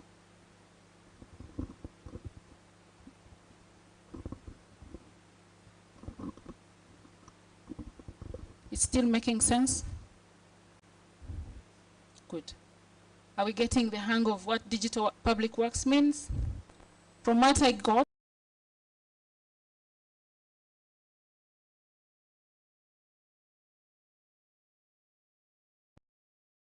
Good afternoon, everyone. My name is Guillermo Tovar. I work in the Social Protection and Jobs Global Practice, and I'm very grateful for the opportunity to be speaking here with you. Good afternoon, everyone. My name is Guillermo Tovar. I work in the Social Protection and Jobs Global Practice, and I'm very grateful for the opportunity to be speaking here with you about the opportunity that digital public works has to offer. I'm grateful also, I believe my colleague Jonathan Stutterau has shared with you a little bit on our work. Today, I'm going to give a small presentation on the experience we had in a pilot on digital public works that we ran in Nairobi, Kenya, over a year ago. In the beginning, with these three questions, we settled a opportunity for the urban GP to expand on previous work that they had done in 7 different countries in Africa with something that I call the micro pilots, much smaller scale pilots than the one we have today. And when we set it up next to our client, the government in Kenya, we decided to go to informal settlements to retrieve some information that could be used as temporary job opportunities for youth. And would give the infrastructure ministry some information on how to improve the settlements. So while in the past we have seen more traditional public works program where youth would engage directly in the infrastructure resilience and improvement, where they would do construction work, they would do maintenance work directly on location. This time we wanted youth to engage with the digital part of the works and create some public good, a digital map, so that the infrastructure ministry could take better decisions on what the community needed. So in this way, we wanted youth to not engage directly in the construction and maintenance, but in the digital data output. They would engage with mobile phones, drones, laptops, foster digital skills while doing it, to create a geo-reference map to take decisions later on. Youth could make it. I'm going to show you a little bit of what they did. This could happen both in field and remotely. A little bit on who we participated with. So we had 1,000 applicants. All of them are considered youth in Kenya between the 18 years old and 35 years old mark. They were all residents of the settlements that we decided. We were working in 3 settlements in Nairobi. We wanted to select 100 participants per settlement. So at the end of them, we ended up getting a very representative sample of our applicants. We only dropped those from the highest income decile because we had as I'm going to show you, a high representation of the lowest decile of income. And we had a very promising participation of an average age of 25 years old, but most impressive, the 64% of our participants were women, who I'm going to show you at the end some of their testimonies. They felt this flexible opportunity allowed them to cater to different care needs that they had at home. And we were able to contact enough of persons with disabilities over our goal of 10%. Here I'm just showing you a little bit of the education profile from our participants. So most of them just only completed secondary school or below. So that's the majority of our participants. And on the right-hand side, you can see that most of our participants did not have an income higher than $42 a month. This is lower than what we observe in other minimum wage activities in other settings. Here's a picture or several pictures to give you a sense of how we interacted with them. We had a kiosk with internet access where participants could decide to meet if they didn't want to work from home. We had a supervisor working with them along with their mobile phones. They could go to different places in the community, take pictures, validate information, and at the end, the final output, as you can see in these last 2 pictures, is an information map with different interest points and decision points that the ministry needed to improve the resilience in the settlements. We created a pay per performance mechanism where people would be compensated by the quantity and quality of their work. We divided the 8 hours of the day in the equivalent number of tasks. And at the end of the day, we expected them to complete 8-hour equivalent number of tasks to get at least the same payment that they used to get in the previous set of works. On top of that, we would offer a quality bonus if people would get over 85% or 90% of quality, which most of them did. They would get a significant bonus on top of it. And then we allowed for extra hours in case people got a higher learning curve and were able to do the tasks faster or wanted to work extra hours, they could. And most of them decided to do so and showed that by specializing, they were able to do this quicker. At the end of it, if you compare the payment per day by a traditional public works and ours was a little bit higher with the expectation of a higher set of work hours, but also with the quality and quantity bonus that we were able to get data from. So with this, I'm going to finish and pass it on to my colleagues. It was a pleasure to share this with you. And I'm sure Jonathan will share my contact information in case there are any questions on how to set this up and or collaborate in the future. Thank you, everyone, so much. Bye-bye.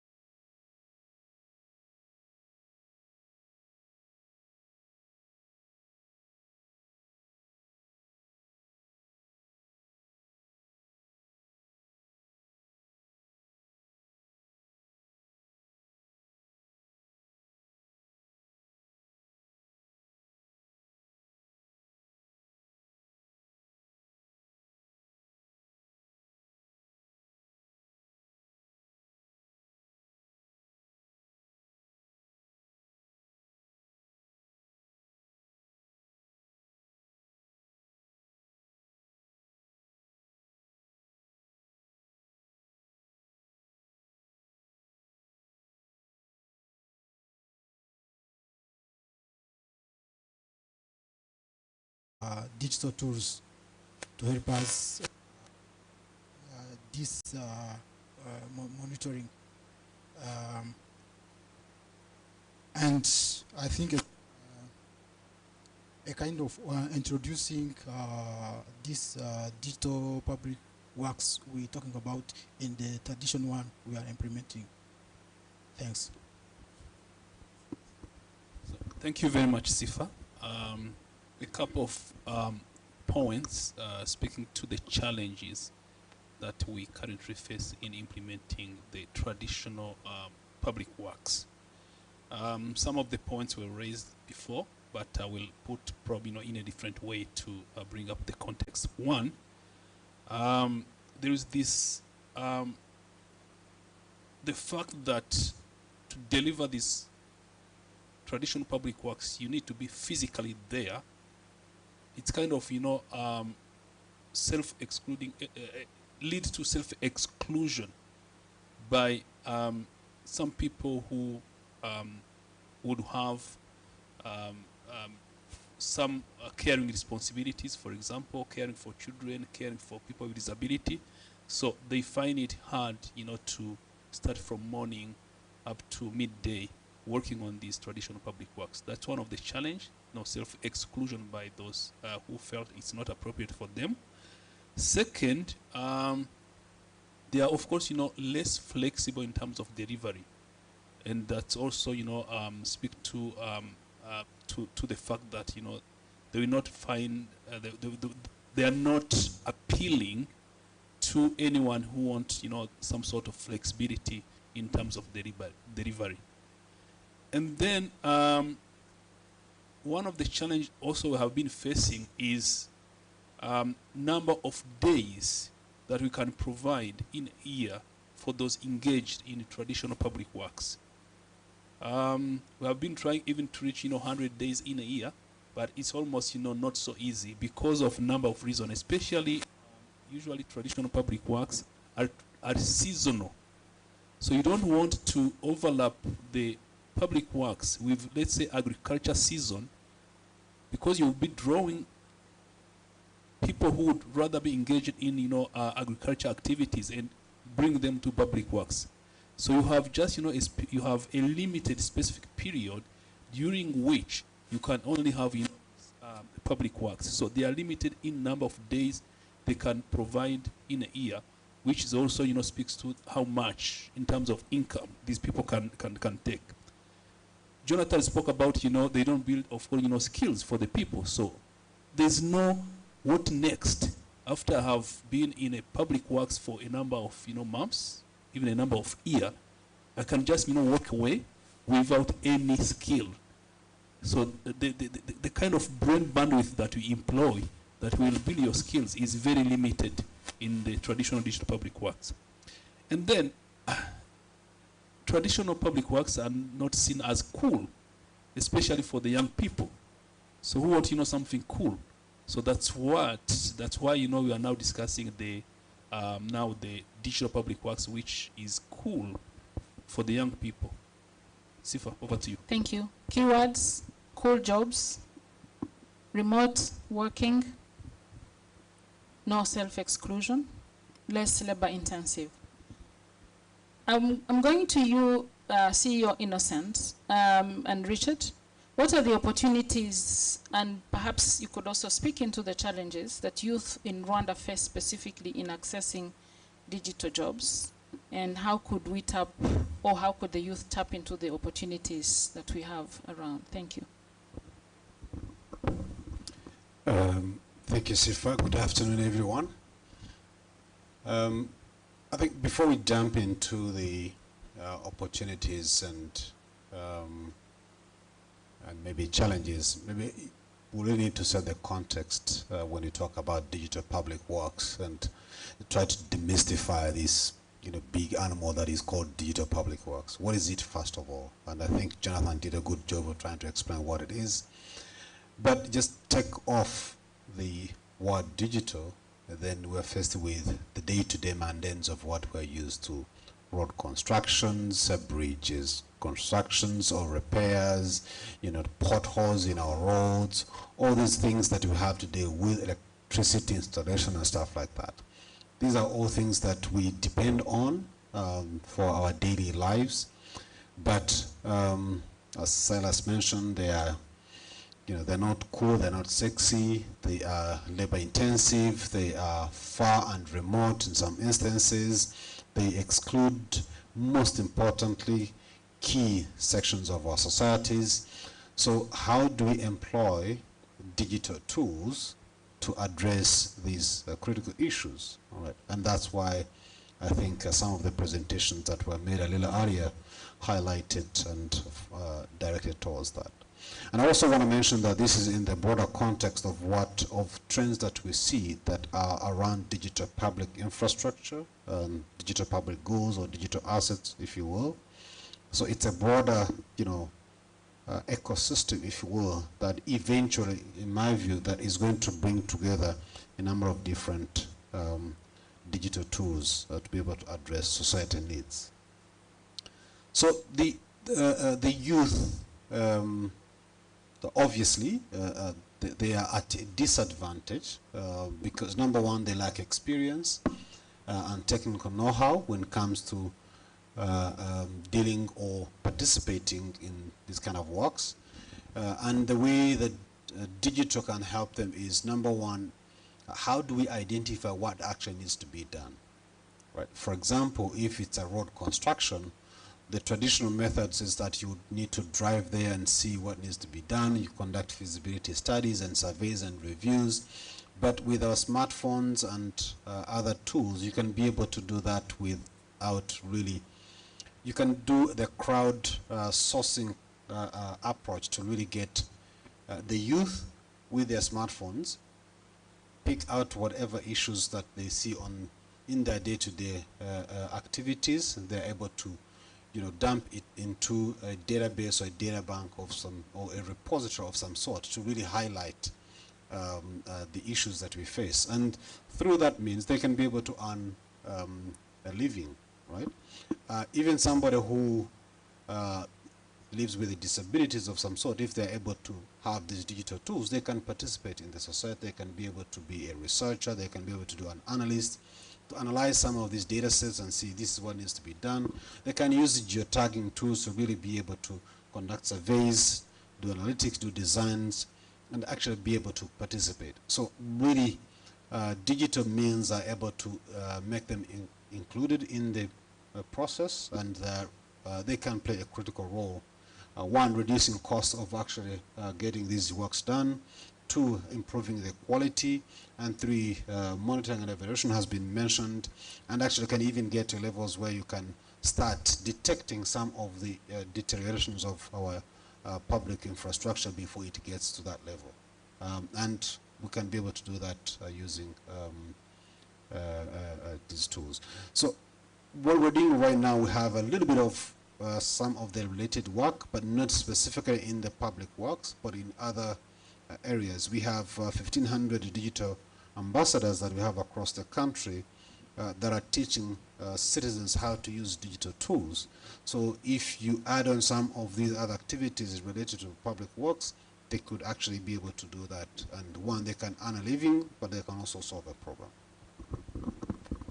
Thank you. Richard? I think Mr. Innocent has pretty much exhausted most of it. If I could add, there is an opportunity for the youth when we're talking about access to digital jobs. One of the things I think that we have done very well in the country is that there's been supportive government policies in terms of building a knowledge-based economy. Policies like the Vision 2020 or the Smart Rwanda mapping. This is something that can be built on. But there's also been there's an opportunity in the fact that there's already digital public infrastructures. If we talk about things like the broadband that has been laid out, ICT hubs that are currently available, and these are some of the things that we can build on to as opportunities to access the digital jobs. Doesn't take away the challenges that are pre-existing for the youth to, get into these digital jobs. Obviously, we still do have a digital skills gap, much as, like Innocent mentioned, there's digital ambassadors out there. But when we talk about things like programming, data analytics, and cybersecurity, there's definitely a skills gap there, and that's a challenge I can see. The other challenge I could think of is maybe the culture and gender norms. The fact that maybe there's gender disparity about some certain jobs. Also, if you think about geographic disparity, there's definitely more opportunities within the urban areas as opposed to the rural areas. And if we can have these just pushed into those areas, then definitely there's room for growth there. I think I can stop there. Yeah, thank you. You bring us to an important point. You talked about gender, you talked about exclusion, you talked about the availability of programs. Now, CEO Innocent, I just want to ask you a question on policies. How could the Digital Public Works connect to other policy initiatives or perhaps any ongoing programs within your institution? You talked about digital ambassadors, perhaps that one we can skip, but I'll ask you the same as Chusa. Over to you, CEO. Thank you. Right now we are actually working on setting up a digital public infrastructure center of excellence in Rwanda. And the idea is for it to be the continental center of excellence when it comes to digital public infrastructure.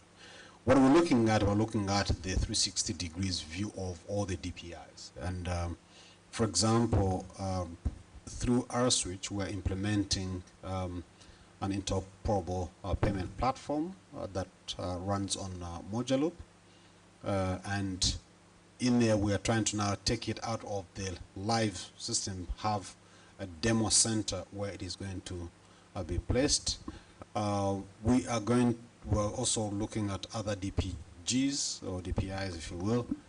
So basically, we're trying to set up a center where all the digital public goods can be demonstrated, we can showcase what they're capable of and how they can be used in real life. And the idea is to try it out in an agile manner and then take it out in live implementation, be it the digital ID component of it, be the digital payments part of it, and other automation tools that we can be able to borrow. In addition to that, I did mention about the Digital Ambassadors program, but the critical element of it is just how do we now start building, analytic models on top of all these tools that are able to inform decisions, that are able to inform some of the policy instruments that are enacted, so that whatever policy comes out is informed by empirical data and empirical evidence that is coming from the field. And based on that, we believe we can ride on these tools and link up. And by the way, as I mentioned, the Digital Public Works is part and parcel of the entire ecosystem. So it just falls within the whole process. And for example, there are some tools that we've started to use, and I believe, linking up with the concepts presented here in the Digital Public Works, we could be able to achieve maximum benefits. For example, if we're talking about secondary cities that support Kigali, there's critical infrastructure that is needed there. So how can we use these tools and really be able to say what needs to be built, or what are the priorities? Because today we might think maybe a road is a priority, but maybe power is more of a priority than a road. But how do you come to that decision? You really need to have data that is able to enable you to make that decision. Thank you. In some countries, we've seen data collection as an example, where enumerators are sent out to collect data.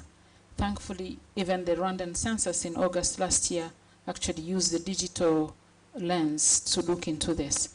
But now I want to ask you, Silas, sorry, I'm skipping you because in the interest of time. Silas, I want to ask you, in the case of Rwanda, which institutions or which sectors do you see as implementing digital public works? Which ones do you think are best placed to deliver this particular innovation? Thank you. Thank you very much, moderator. You already spoke about statistics. Then I will go straight away to National Institute of Statistics. Is one of the institutions that is likely to demand for digital public works. They run regular surveys, which would need really the use of digital tools in collecting and updating data. I see there a huge potential. Now we're talking about, social registry. Now that is, Minalok. QSAM is aware, having been engaged on the social registry process, how many boots on the ground they have needed to collect the data that feed into social registry.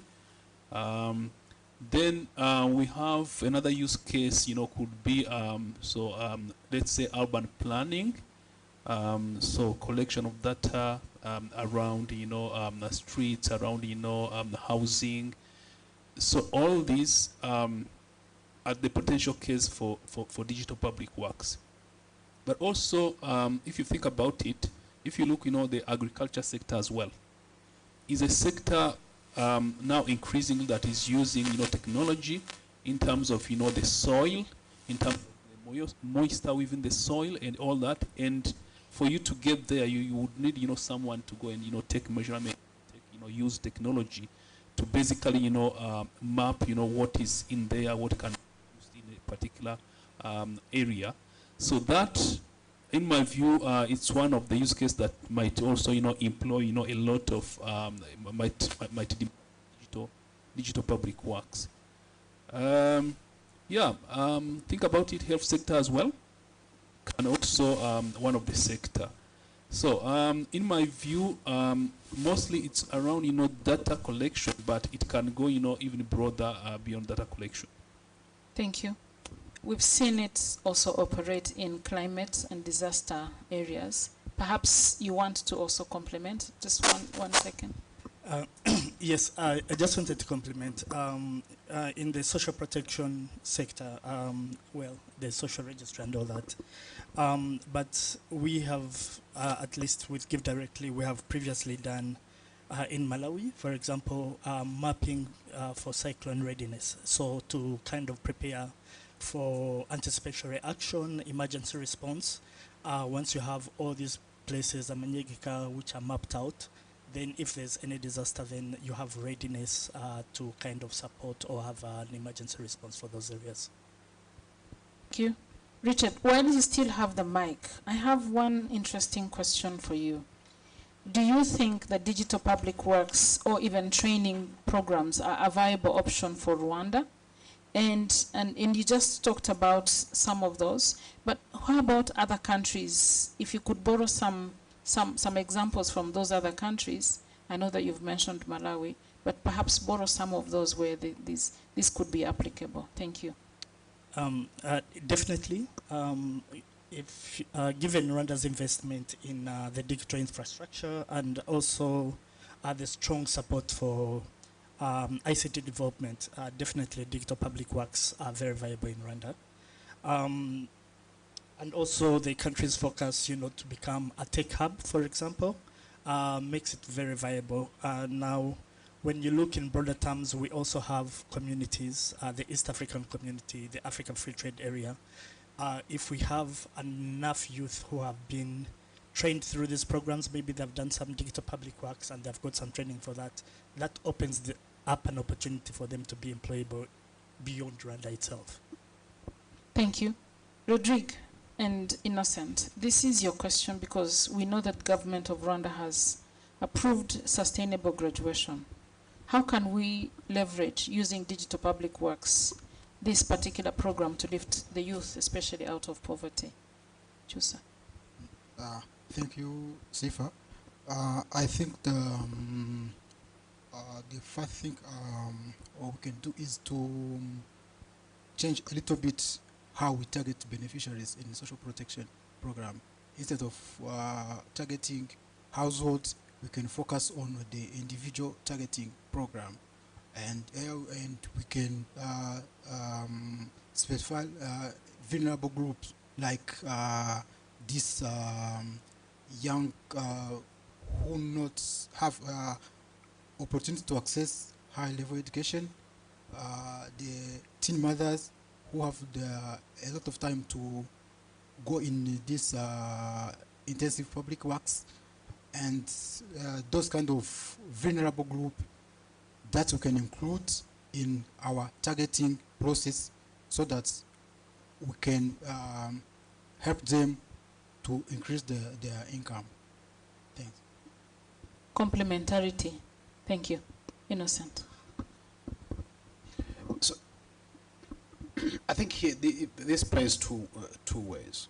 Number one, the digitization process, for example, what has been done in the social registry allows you to identify who these really vulnerable people are. Before this was done, yes, you could, but to a certain limitation, right?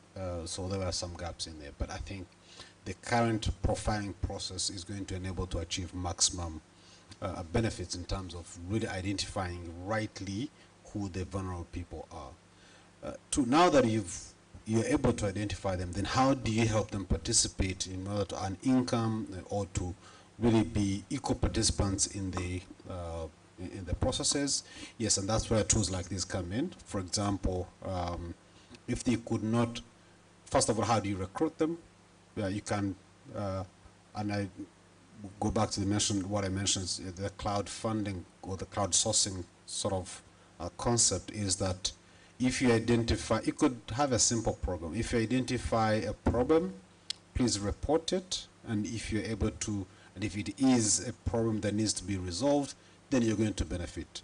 Number one, there you encourage them to participate, but you also, the issues come out faster, quicker, and they're able to get addressed. Number two, you can also, flip it again and say, okay, if you are able to identify a problem and able to devise a solution for that problem that is cost effective, that is fast, then you could be able to achieve maximum benefits in terms of enabling them to participate, but also solving these issues. Thank you, Innocent. Silas, can digital public works lift people out of poverty? And this is the last question, and then we go to the audience. Thank you. Thank you, moderator. So when we say lifting people out of poverty, what do we mean? First of all, for someone to move out of poverty, you have to access income. And incomes, you access income through employment, through job. Digital public works is one of the one of the solutions that could employ people, and if well designed, it could even give them opportunity for employment for a longer period. And the beauty of it, as we discussed, it builds skills for people. It's not just one-off employment that end with a program, but rather someone who has been participating in a digital public works, she's likely to gain a skill that she can market either for employment or even for self-employment if she's entrepreneur. So from that point, responding to your question, yes, it can complement other programs that aim at graduating people out of poverty. Silas, this is the only question that has not the only solution, because to graduate out of poverty or lift people out of poverty takes a lot of effort, concerted effort, from identifying needs through the social registry that you spoke about, to providing job opportunities, to providing an income, to educating skilling or upskilling, to create an enabling environment, which you also spoke about, CEO Risa, ensuring the internet is there as opposed to all the other infrastructure, enabling people to be coached, to be trained, to receive entrepreneurship skills for those who are expecting to develop their own businesses. So it is a whole combination, and this is one of them. So I want to thank our lovely panel. Thank you so much for your inputs and for your discussion. We want to give this as an opportunity to the audience. If you've written down your comments, again, don't limit your question to the panel. You can also raise your question to, well, based on the presentations that came earlier. Anyone? No questions?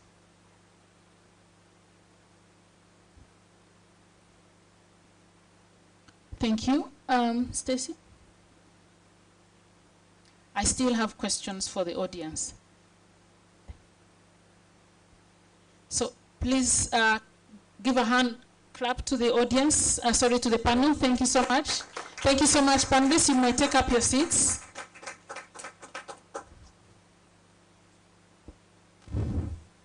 Based on what we have learned, I just had only 2 questions that I wanted to raise. If you could go back to Slido, get me your phones, and this is the end. I won't ask any questions anymore.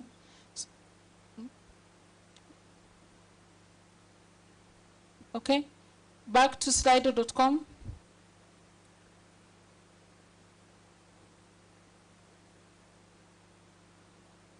Are we there?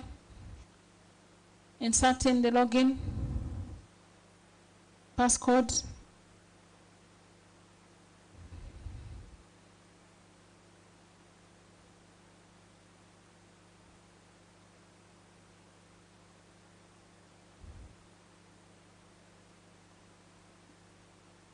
Okay, let's move. Thank you. So here is a question that we answered. Maybe you could go to the next one. Next question.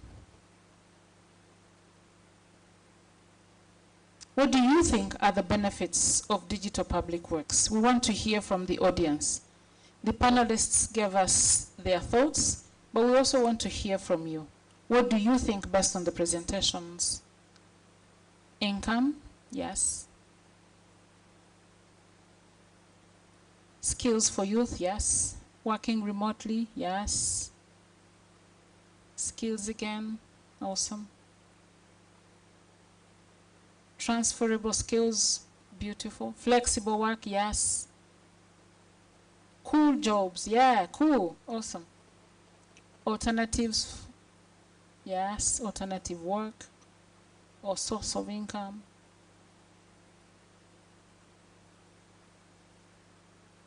And lastly, home-based work. We did hear that you don't have to be physically present in order to perform as a digital public works beneficiary.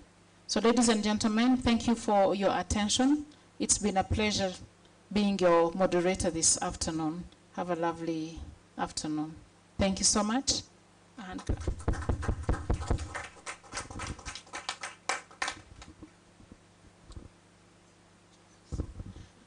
I think there are more sessions that are happening. I'm not so sure. Yeah, from what I've heard from the organizers, there's going to be the final session starting very soon. There's going to be a very short coffee break upstairs for everybody who needs coffee right now, and then we'll enter the last session, right?